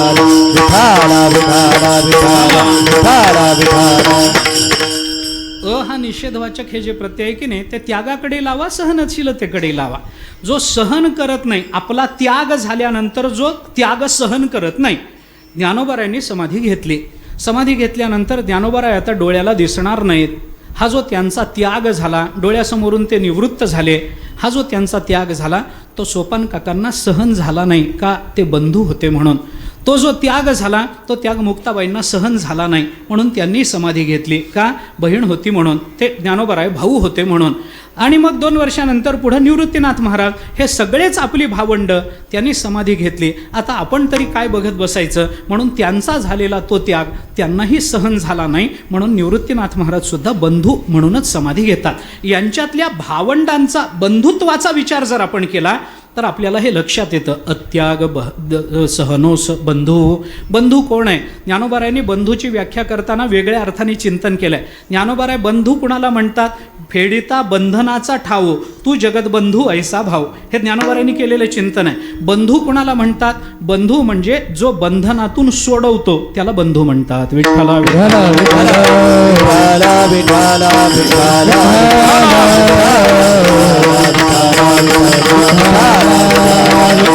आता या सगळ्याचा विचार करा. म्हणजे जो आपल्याला बंधनातून सोडवतो तो बंधू त्याला म्हणतात असं नाही, त्याला म्हणत होते. आता कोणी म्हणत नाही. आता जो बंधनात अडकवतो त्याला बंधू असं म्हणतात. पण ज्ञानोबारायांनी वेगळ्याच अंगानं बंधू या पदाचा निर्देश केला. ज्ञानोबारायांची भाषा तरी इतकी गोड आहे महाराज, बंधाला सुद्धा उकार देऊन ज्ञानोबाराय त्याचा बंधू करतात. आपण चिंतन करून पहा, त्यांची भाषाच इतकी गोड आहे, इतकी गोड आहे की ती ज्ञानोबारायांनी, मी आपल्याला प्रमाण देत बसत नाही, मला प्रमाण म्हणजे त्या बंधाचा या बंधूचा विषय नाही आहे. पण बंधू कुणाला म्हणावं? अत्याग सहनो बंधू एक. दुसरा सुरत कुणाला म्हणावं? सुहृदाची व्याख्या करताना सांगितलं सदैव अनुमतः सुहृद. सुहृद कोण आहे? जो कायम आपल्या मताशी अनुमत असतो. आपण जे म्हणू त्याला तो बरोबर म्हणतो. नाही मला असं वाटतं हे करावं, बरोबर आहे तुझं म्हणणं, मी तुझ्या पाठीशी आहे, चिंता करू नको, प्रामाणिकपणाने पाठीशी उभा राहतो, तो सुहृद आहे. मग थोड्या दिवसांनी आपण जर म्हणालो की अरे मग वाटलं होतं असं करावं, ही जागा घ्यावी, पण आता वाटतंय नको बाबा, एवढे पैसे गुंतवू नये, तो म्हणतो मलाही तसंच वाटत होतं पण तुझी इच्छा होती, मी कशाला नको म्हणू. तो प्रामाणिकपणानं आपल्या पाठीशी, आपण कोणत्याही अवस्थेत असा, आपण कोणताही विचार करा, त्या सर्व विचारांना अनुमोदन देऊन आपल्या पाठीशी उभं राहण्याचं जे काम करतो त्याला सुहृद अशी संज्ञा आहे. विठ्ठला विठ्ठला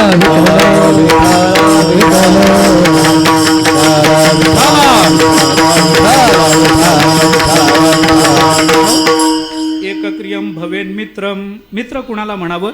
ज्याची आणि आपली क्रिया एक असते त्याला मित्र असं म्हणतात. आपण ओळख करून देतो, हा माझा मित्र. असं काय करता आपण? नाही आमच्याच ऑफिसमध्ये त्यांचं आणि आमचं काम एकच आहे हो, आम्ही एकच काम करतो. एक काम करणारे दोघे जेव्हा एकत्रित येतात तेव्हा त्यांच्यातलं नातं जे निर्माण होतं ते मैत्रीचं नातं असतं. म्हणून पुन्हा पसायदानात चला. ज्ञानोबारायांनी पुन्हा पहिल्या आपल्याला दुसऱ्याच ओवीमध्ये चिंतन सांगताना सांगितलं, जे खळांची व्यंकटी सांडो तया सत्कर्मी रती वाढो, आणि पुढचं भूता परस्परे पडो मैत्र जीवाचे. आता हे मैत्र परस्परांमध्ये भूतमात्रांमध्ये निर्माण व्हावं म्हणजे सर्व भूतमात्रांनी एक क्रिया करावी असा अर्थ होईल की नाही. एकक्रियम भवेन मित्रम असं ना, सगळ्या भूतमात्रांनी एक क्रिया करावी तर एकमेकांमध्ये मैत्र निर्माण होईल. कोणती क्रिया करावी त्याच्या मागे आपल्याला जावं लागतं. तया सत्कर्मी रती वाढो, हे सगळ्या भूतमात्रांमध्ये घडावं तेव्हाच सर्व भूतमात्रांमध्ये मैत्र निर्माण होतं. सगळ्यांनीच सत्कर्मामध्ये प्रवृत्त झालं पाहिजे आणि सगळ्यांच्याच अंतःकरणामध्ये सत्कर्माबद्दलची रती म्हणजे आवड वाढली पाहिजे. सत्कर्माबद्दलची आवड सगळ्यांमध्ये असेल तरच चांगलं काहीतरी होतं. एक सत्कर्म करायला प्रवृत्त होतो आणि बाकीचे त्याचा पाय ओढायला जर प्रवृत्त झाले तर जगतामध्ये मैत्र स्थापित होणार नाही. मग किंबहुना सर्व सुखी विसरून जा असं होणार नाही. किंबहुना सर्व सुखी व्हायचं असेल तर भूता परस्परे पडो मैत्र जीवाचं झालं पाहिजे. आणि असं मैत्र निर्माण होण्याकरता सगळ्यांची क्रिया एक पाहिजे. आणि सगळ्यांची क्रिया एक कोणती असावी तर सर्वांच्या अंतःकरणामध्ये सत्कर्माबद्दलची रती निर्माण व्हावी आणि त्या रतीच्या आधारावर सगळ्या समाजाकडून सत्कर्मच घडत राहिलं पाहिजे तर ते मैत्र निर्माण होईल असा अर्थ होतो ना. आणि म्हणून ज्ञानोबारायांचं जे चिंतन आहे तिथला विचार करा. एक क्रियम भवेन मित्रम, एक क्रिया सगळ्यांची असेल तर त्याला मित्र अशी संज्ञा आहे. चिंतन करत पहा, न करत जा. काय काय सांगितलं त्याचा विचार करत जा बरं का. काय काय सांगितलं, अत्याग सहनो बंधू सदैव अनुमतः सुरत एक क्रियम भवेन मित्रम, आणि समप्राण सखा स्मृतः, आणि समप्राण ज्याचा आणि आपला प्राण एक झालाय त्याला सखा म्हणतात. विठ्ठला विठ्ठला विठ्ठला विठ्ठला विठ्ठला विठ्ठला विठ्ठला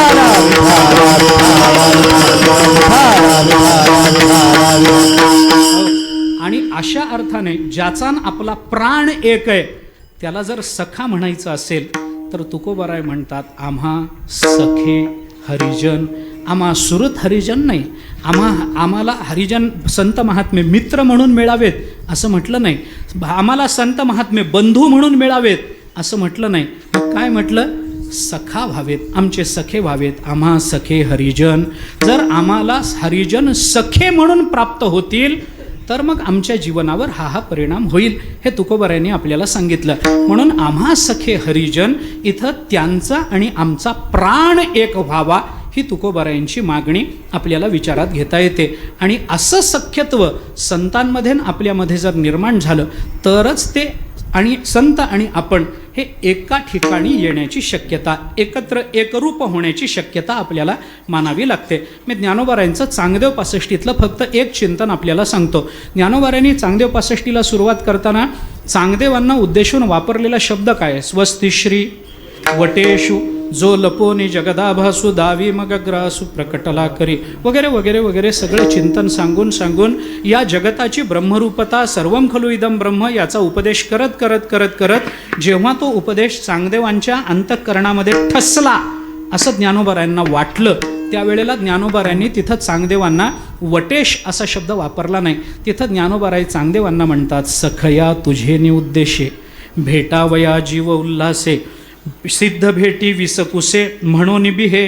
ज्ञानोबाराय चांगदेव 65मध्ये मग चांगदेवांना तिथं वटेश म्हणत नाहीत, स्वस्ती म्हणत नाहीत, त्याचा कल्याणाचा आशीर्वाद देत नाहीत. तिथं ज्ञानोबाराय चांगदेवांना म्हणतात, सखया तुझे नि उद्देशे भेटावया जीव उल्हासे. सख्या असा शब्द वापरला का, कारण चांगदेव महाराजांजवळ तोच बोध आहे जो बोध ज्ञानोबारायांजवळ आहे. ज्ञानोबारायांनी जगत ब्रह्मरूप आहे याचा जो अनुभव घेतला तोच अनुभव चांगदेवांना दिला आणि चांगदेव महाराज आणि ज्ञानोबाराय अनुभवाच्या रूपानं समपातळीवर आले की त्यांचा प्राण एक झाला.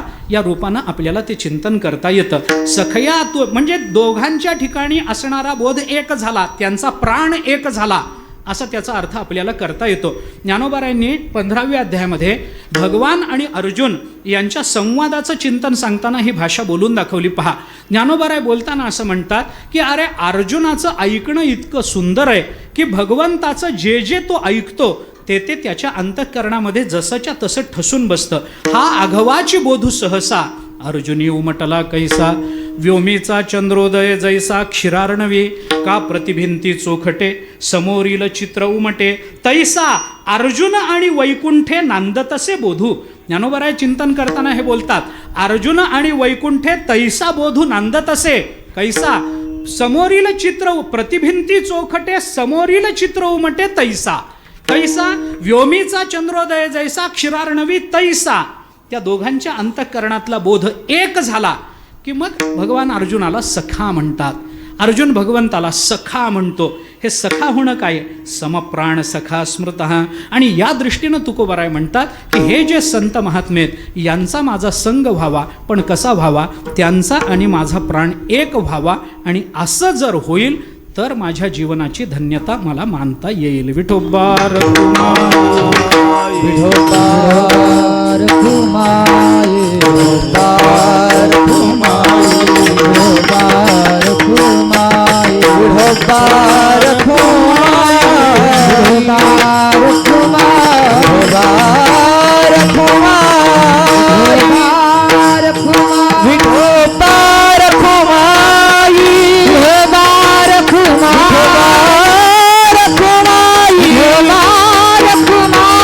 विठोबार घुमाए, विठोबार घुमाए, विठोबार घुमाए, विठोबार घुमाए, विठोबार घुमाए, विठोबार घुमाए, विठोबार घुमाए,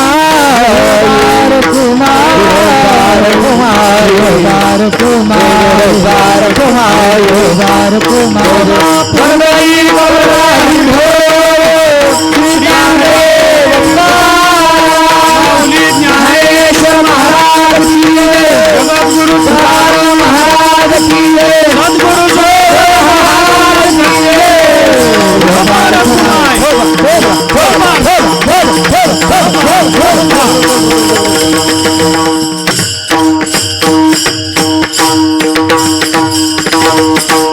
संसार तो कोण लेखे आम्हा सखे हरिजन, काळ ब्रह्मानंदे सरे आवडी उरे संचली. जगद्गुरु संत श्रेष्ठ श्री तुकोबाराय या अभंगामधून संतांच्या संगतीचा आपल्या जीवनावर होणारा परिणाम सांगतात. हा परिणाम जरा बारकाईनं बघितला तर लक्षात येतं की हा परिणाम वेगळा परिणाम नाही. संतांचं जे जीवन आहे तोच हा परिणाम आहे. संतांचं जीवन काय? संसार तो कोण लेखे. संत संसाराचा विचार करत नाही. संतांचा काळ ब्रह्मानंदामध्ये व्यतीत होतो. संतांना दिवस रात्र कधीही चिंता नाही आणि संतांचं जेवण ब्रह्मरसाचं चालू आहे. हे संतांचंच आहे नाव. मग आमच्या जीवनावरही तोच परिणाम कधी होईल? नुसत्या संत संगतीत नाही. समप्राण सखा, त्यांचा आणि माझा प्राण एक झाला म्हणजे ते आणि मी एक झालो. या अर्थाने ज्ञानदेव म्हणे तोही माझा आत्मा. असं जर होत असेल तर ते आणि मी एक होऊन जाऊ आणि तसा परिणाम आपल्या जीवनावर होईल. काय होईल? ज्ञानोबाराय तुकोबाराय सांगतात काय होईल. पहिला परिणाम काय होईल? संसार तो कोण लेखे. आम्ही संसाराला विचारणार नाही. संसार तो कोण लेखे म्हणजे संसाराला आम्ही लेखणार नाही. संसाराला लेखणार नाही म्हणजे संसाराला किंमत देणार नाही. किंमत देणार नाही म्हणजे तो आहे की नाही? आहे, पण त्याची किंमत नाही. काय आहे? एक लक्षात घ्या, थोडंसं स्पष्ट बोलतो. नसेल आणि त्याला किंमत नसेल तर तेवढं वाटत नाही, पण असूनही किंमत नाही दिली की तो जास्त मोठा अपमान असतो. विठ्ठला विठ्ठला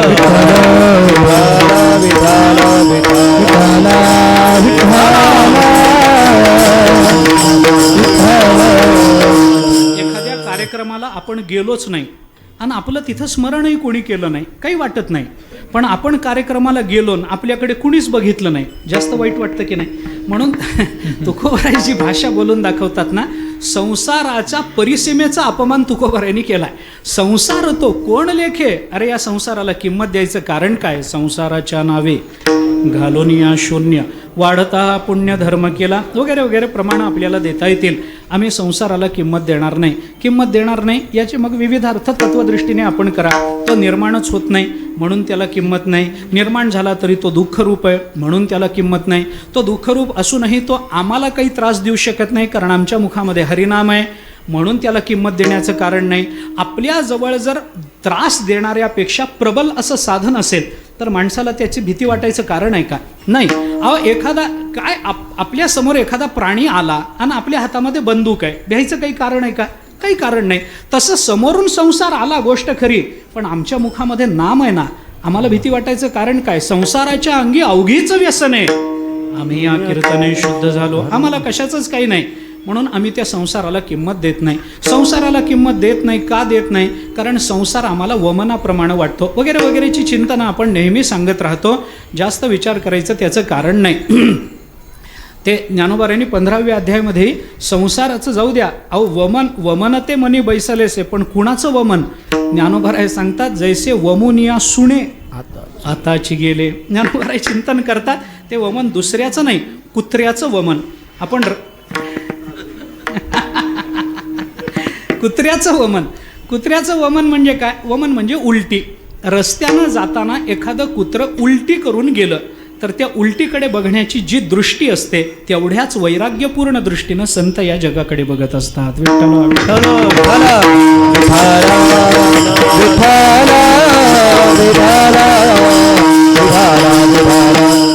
उठिले वैराग्य जेणे हा त्रिवर्गाय सा सांडणे, जैसे वमुनिया सुणे आताची गेले. काय म्हणलं तुम्ही? ताज म्हणजे कुत्र उलटी करून गेलं 4 दिवसापूर्वी, 4 दिवसानंतर 8 दिवसानंतर आपण बघितली वाळून गेलेली उलटी, काही वाटत नाही. पण नुकती ताजी उलटी आहे. अरे ताजी म्हणजे काय? जिलबी आहे काय ताजी म्हणाल? पण त्याच्याकडे बघताना जेवढी त्याज्य भावना येते, जेवढी त्याच्याबद्दलची वितृष्णा निर्माण होते, बाजूला जावं नको, इथं उभं राहिला असं जे वाटतं, त्या दृष्टीनं ते संत या जगाकडे बघतात. असं ज्ञानोबारायांनी 15व्या अध्यायामध्ये केलेले चिंतन आहे. या दृष्टीने संसार तो कोण लेखे किंवा संसार तो कोण लेखे, हे लेखे या शब्दाचा जर विचार करायचा झाला तर लेखे या अर्थाने विचार करायचा झाला तर संसार कुठे लिहिला जातो? बाहेर लिहिला जात नाही. मग कुठे लिहिला जातो? अरे जेथं संसार चित्र उमटे तो मनोरूपी पट फाटे. मग प्रतिभा नाही, सरोवर आटे मग प्रतिभा नाही, ते सोडून द्या, दृष्टांताचा विचार सोडून द्या. पण संसार चित्र उमटे तो मनोरूपी पट फाटे. मनाच्या पटावर संसार लिहिला जातो, संसार बाहेर लिहिला जात नाही. म्हणून आपण मानू तर संसार आहे, आपण न मानू तर संसार नाही. न रूपमस्येह तथोपलभ्यते, नांतो न चादिर न च संप्रतिष्ठा वगैरे वगैरे, न आदी न च अंतहा न प्रतिष्ठा, काहीच नाही. मग मानला कसा? मनाने मानलं म्हणलं की मग त्याला काही विचार करायचं कारण नाही. कारण मन मानतं काय?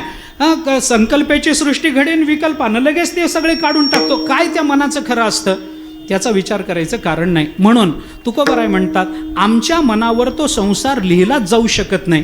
का लिहिला जाऊ शकत नाही? कारण आमचं मन राहिलंच नाही. मन हे राम झाले प्रवृत्ती ग्रासोनी कैसे निवृत्तीसी आले. आता त्या मनावर संसार लिहिला जात नाही. संसार तो कोण लेखे. अनेक कारणांनी त्याचा विचार करता येईल. काय परिणाम होतो? तुकोबाराय म्हणतात, काळ ब्रह्मानंदे सरे आवडी उरे संचली. आमचा काळ ब्रह्मानंदामध्ये व्यतीत होतो. अहो संसार आहे, संसार तुम्ही मानू नका, पण संसार आम्हाला त्रस्त करायचा तो करतोच की नाही. संसाराला दिलेलं कोणतं विशेषण ज्ञानोबारायांनी चांगल्या अर्थाने दिलं हो?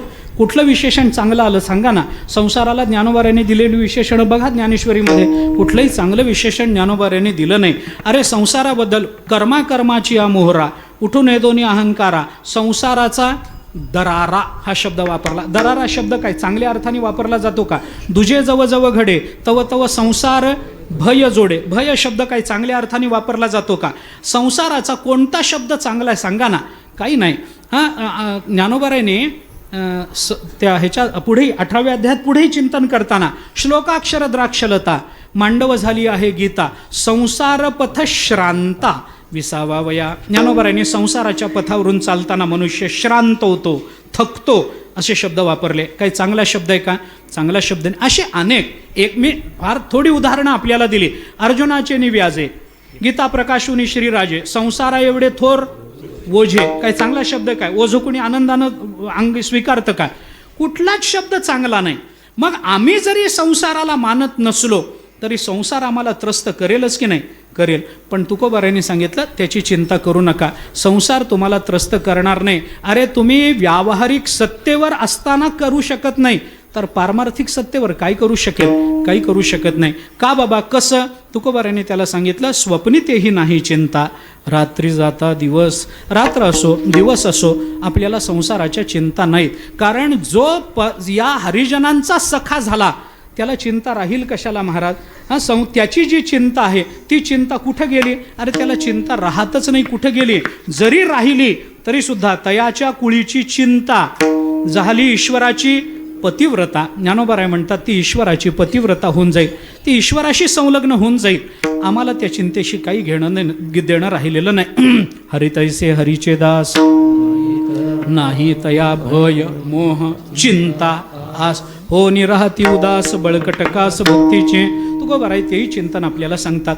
चिंता राहिलेली नाही. कशी चिंता राहील? स्वप्नात सुद्धा चिंता नाही. आपल्याला स्वप्न सुद्धा चांगली पडत नाहीत. आपण बघा ना, जागृती तर सोडून द्या, पण आपली स्वप्न सुद्धा चांगली नसतात. त्याला काय करणार? आपण गाढ झोपलो आणि स्वप्न पडलं. स्वप्नामध्ये आपल्याला पडणारी स्वप्न काय? निघालोय पण बस चुकली. बहुतेक स्वप्न हीच. मग दचकून उठाव. आपण निघालोय पण अंगावरून रेल्वे गेली. अरे हेच अशी स्वप्न कशा करता? चांगली आपल्या स्वप्नात ज्ञानोबा राय आले, आपल्या स्वप्नात आळंदी आली, आपल्या स्वप्नात इंद्रायणी दिसली, चंद्रभागा दिसली, पुंडलिकाचं दर्शन झालं. झालंय काय असं? हे स्वप्नात येतच नाही. कारण मनामध्ये त्याचा ध्यासच नाही, तर स्वप्नात येईल कसं? येत नाही. त्या गोपिकेचं वचन आहे पहा. एक गोपिका एके दिवशी सकाळी, म्हणजे गंमत सांगतो, हे स्वप्नात सुद्धा चिंता नाही संतांना, किंवा संतांचं सख्यत्व स्वीकारल्यानंतर आपल्याला स्वप्नात सुद्धा चिंता येत नाही. का येत नाही? याचं भक्तिशास्त्राने एक फार चांगलं कारण सांगितलंय तेवढं सांगतो. का बाबा असं होतं? एक गोपिका सकाळी उठली, सडा टाकायला म्हणून घराबाहेर आली. आल्यानंतर तिने बघितलं की आपली शेजारीण मैत्रीण ती सुद्धा त्याच वेळेला सडा टाकायला बाहेर आली. बहुतेक सडा टाकायच्या वेळा एक असतात खेड्यामध्ये, कारण पूर्वीच्या काळी लवकर सडा टाकत होते, कारण बायका पूर्वी लवकर उठत होत्या. हां, खरंच आहे, खोटं नाही. लवकर उठून लवकर सडा रांगोळी वगैरे ती बाहेर आली. तिची मैत्रीण आहे बाहेर आली.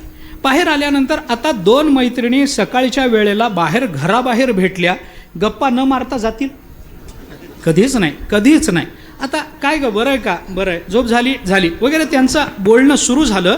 तेवढ्यात एका गोपिकेने दुसरीला असं सांगितलं, अगं फार आश्चर्य तुला सांगायचं म्हणे, एक गंमत सांगायची. बरं झालं भेटलीस सकाळी सकाळी, कुणाला तरी सांगायचंच होतं, तुला सांगते. काय सांगायचं आहे? ते म्हणाली, काही नाही, रात्री झोपले होते ना, फार चांगलं स्वप्न पडलं. असं काय स्वप्न पडलं?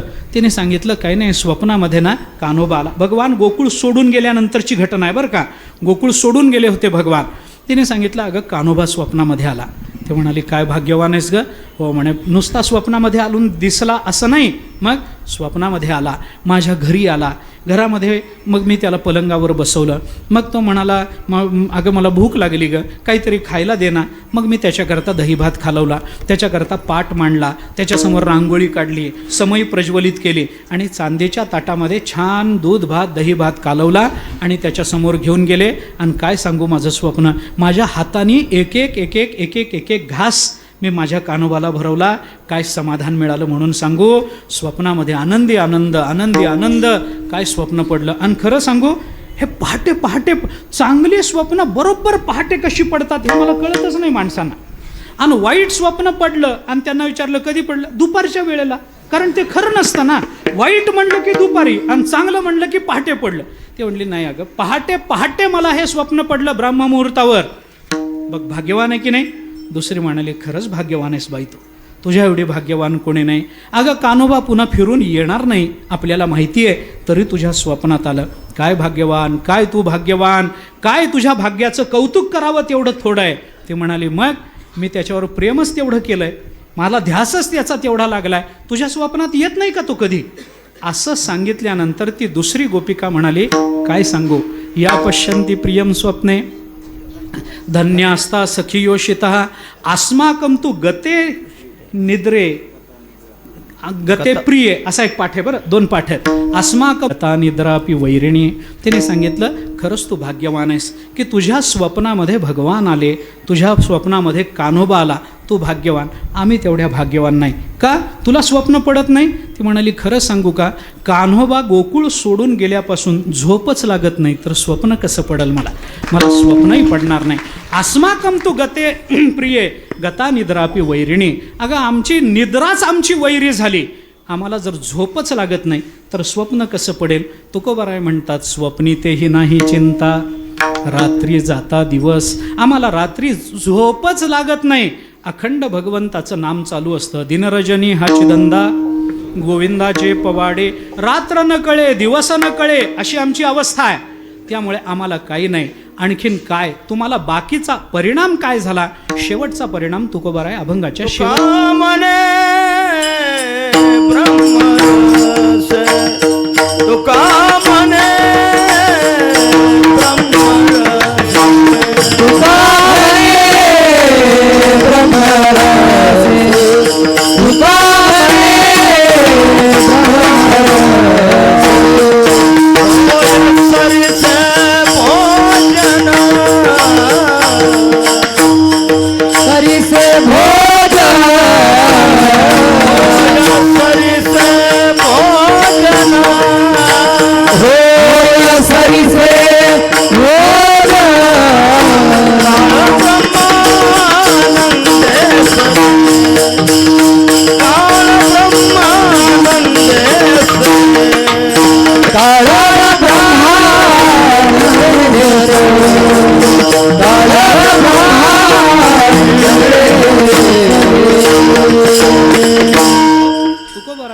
काय परिणाम? जसा संतांना ब्रह्मरसाचं भोजन मिळतं तसं आम्हालाही ब्रह्मरसाचं भोजन प्राप्त होतं. तुका म्हणे ब्रह्मरसे होय सरिसे भोजन.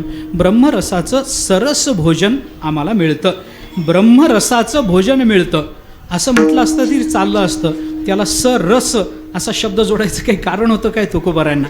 विशेषण व्यावर्तक असतं की नाही? म्हणजे ब्रह्मरसामध्ये सुद्धा निरस आणि सरस असे दोन प्रकार केले जातीलच की नाही आपोआप. ज्या अर्थी तुकोबारायांनी सरस असं विशेषण जोडलं त्या अर्थी त्याच्यामध्ये ब्रह्मरसाचं निरस भोजन असतं असंही आपल्याला मानावं लागेल. त्याची संगती आपल्याला लावावी लागेल. ब्रह्मरस म्हणजे काय? आपल्याला आंब्याचा रस माहिती आहे की नाही? लिंबाचा रस कळतो की नाही? मोसंबीचा रस कळतो की नाही? लिंबाचा रस म्हणजे काय? लिंबू पिळल्यानंतर जे खाली द्रव पदार्थ पडतो लिंबातला त्याला लिंबाचा रस म्हणतात. आंब्याचा रस म्हणजे काय? आंबा पिळल्यानंतर जो रस मिळतो तो आंब्याचा रस. संत्र्याचा रस म्हणजे काय? संत्री पिळल्यानंतर जो रस मिळतो तसा. तसं ब्रह्मरस म्हणजे काय? बरोबर आहे, ब्रह्म पिळल्या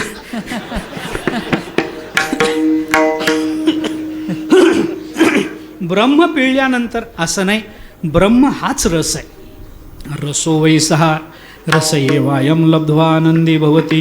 उपनिषदांनी चिंतन करताना सांगितलं ब्रह्म हाच रस आहे बाबा, ब्रह्माचा रस नाही. षष्ठी तत्पुरुष करायचं नाही. ब्रह्म एव रसहा, ब्रह्म हाच रस. रसो वै सहा, तोच रस आहे ज्याच्यातून आपल्याला आनंदाची प्राप्ती होते. मग आता केवळ परब्रह्म जर रस असेल तर त्याच्यामध्ये काही आपल्याला म्हणजे स्वारस्य काही राहत नाही. ब्रह्मच आहे, सर्व व्यापक आहे. मग तुका म्हणे ब्रह्मरसे होय सरिसे. ब्रह्मरस मिळाला पण तो सरस झाला असं कधी होईल? नुसतं ज्ञान जर मिळालं, केवळ परब्रह्म स्वरूपाचं केवळ ज्ञान जर मिळालं तर तो ब्रह्मरस मिळाला. पण ते ज्ञान मिळाल्यानंतर जर नामस्मरण बरोबर आलं तर ते सरस ब्रह्मरस झालं. विठ्ठला विठ्ठला विठ्ठला विठ्ठला विठ्ठला.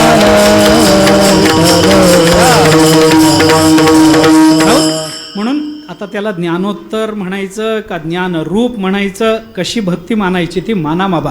ज्ञानोत्तर प्रेमलक्षणा ज्ञानोबाऱ्यांनी तिन्ही भूमिका मांडल्या. ज्ञानेश्वरीमध्ये ज्ञानोबाऱ्यांनी तिन्ही भूमिका, ज्ञानपूर्व भक्ती मांडली, ज्ञानरूप भक्ती मांडली आणि ज्ञानोत्तर भक्ती. तिन्ही ज्ञानोबाऱ्यांची वचनं आपल्याला पाहता येतात.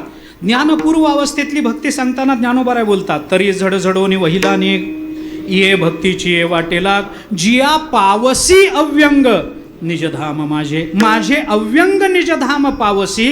ते अव्यंग निजधाम म्हणजे ब्रह्मरूपता. ती कशानं प्राप्त होईल? झडझडोनी वहिलानी गिये भक्तीची वाटेला. म्हणजे भक्ती इथं ज्ञानपूर्व अवस्थेतली साधनरूप झाली आणि अव्यंग निजधाम हे ब्रह्मरूपता प्राप्त झाली. ज्ञानपूर्व अवस्थेतली भक्ती मानता येते.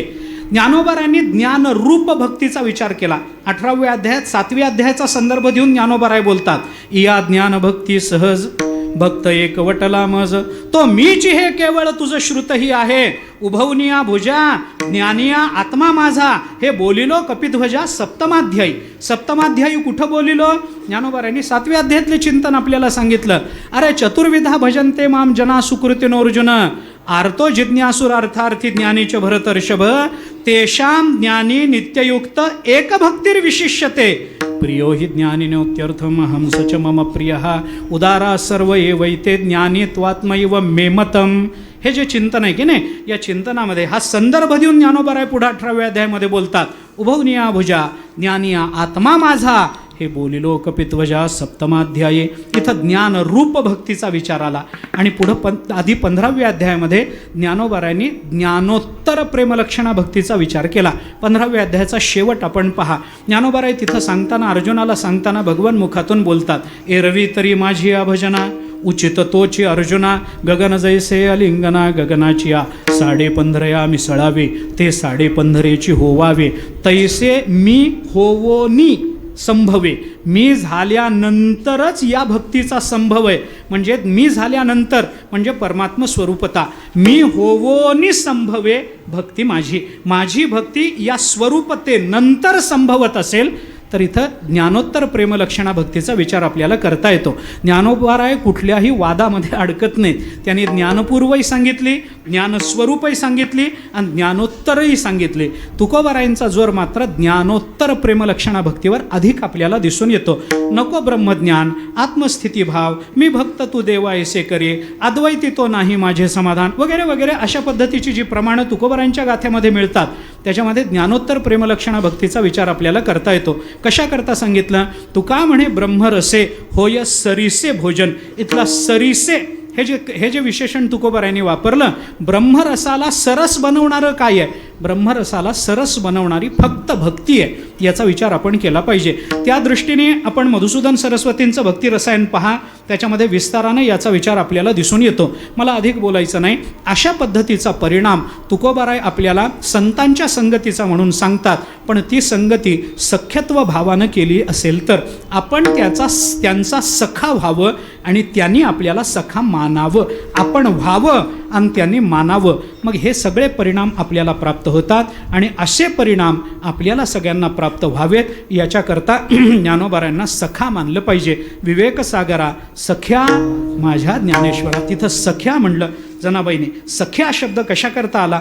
याच अर्थानं आला. समप्राण सखा स्मृता, याच अर्थानं जनाबाईंचा प्राण ज्ञानोबारायांचा प्राण एक झाला म्हणून सखा असा शब्द, सख्या माझ्या ज्ञानेश्वरा असं जे चिंतन केलं. पुढं लगेच दुसरा संबंध जोडला, मरोनिया जावे बा या माझ्याच्या पोटा यावे. झालं की नाही? मरून जावं याच्या पोटाला यावं, तिथं मातृत्वाचा संबंध, सोयरे संबंध जनाबाईंनी जोडला. असं चिंतन आपल्याला वेगवेगळ्या अंगानं करता येऊ शकतं. म्हणून आपण संतांचा सखा होण्याचा प्रयत्न करावा. ते प्रयत्न कसे करावेत? संत सांगतील तसं वागण्याचा प्रयत्न करावा. संतांनी जे करा म्हटलं तेवढंच करावं आणि संतांनी ज्याचा निषेध केला ते स्वप्नातही करायचं नाही असा पण आपण केला तर हळूहळू आपण त्यांच्या मनाला येऊ. मनाला आलो की मग ते थोडंसं जवळ करतील. जवळ जवळ जवळ जवळ जात राहिलो की मग कधीतरी ते आपल्याला सखा मानतील आणि ते सख्यत्व आपल्याला हा परिणाम प्राप्त करून देईल. तसा परिणाम तुमच्या माझ्या जीवनाला प्राप्त व्हावा. ज्ञानोबारायांनी तुमच्या माझ्यावर कृपा करावी याच्यासाठी त्यांच्या चरणी प्रार्थना करू. झालेली सेवा माऊलींच्या चरणी समर्पित करू. वाणीला विराम देऊ. ज्ञानेश्वर ज्ञानेश्वर माऊली, ज्ञानराज माऊली तुका, ज्ञानेश्वर माऊली, ज्ञानराज माऊली.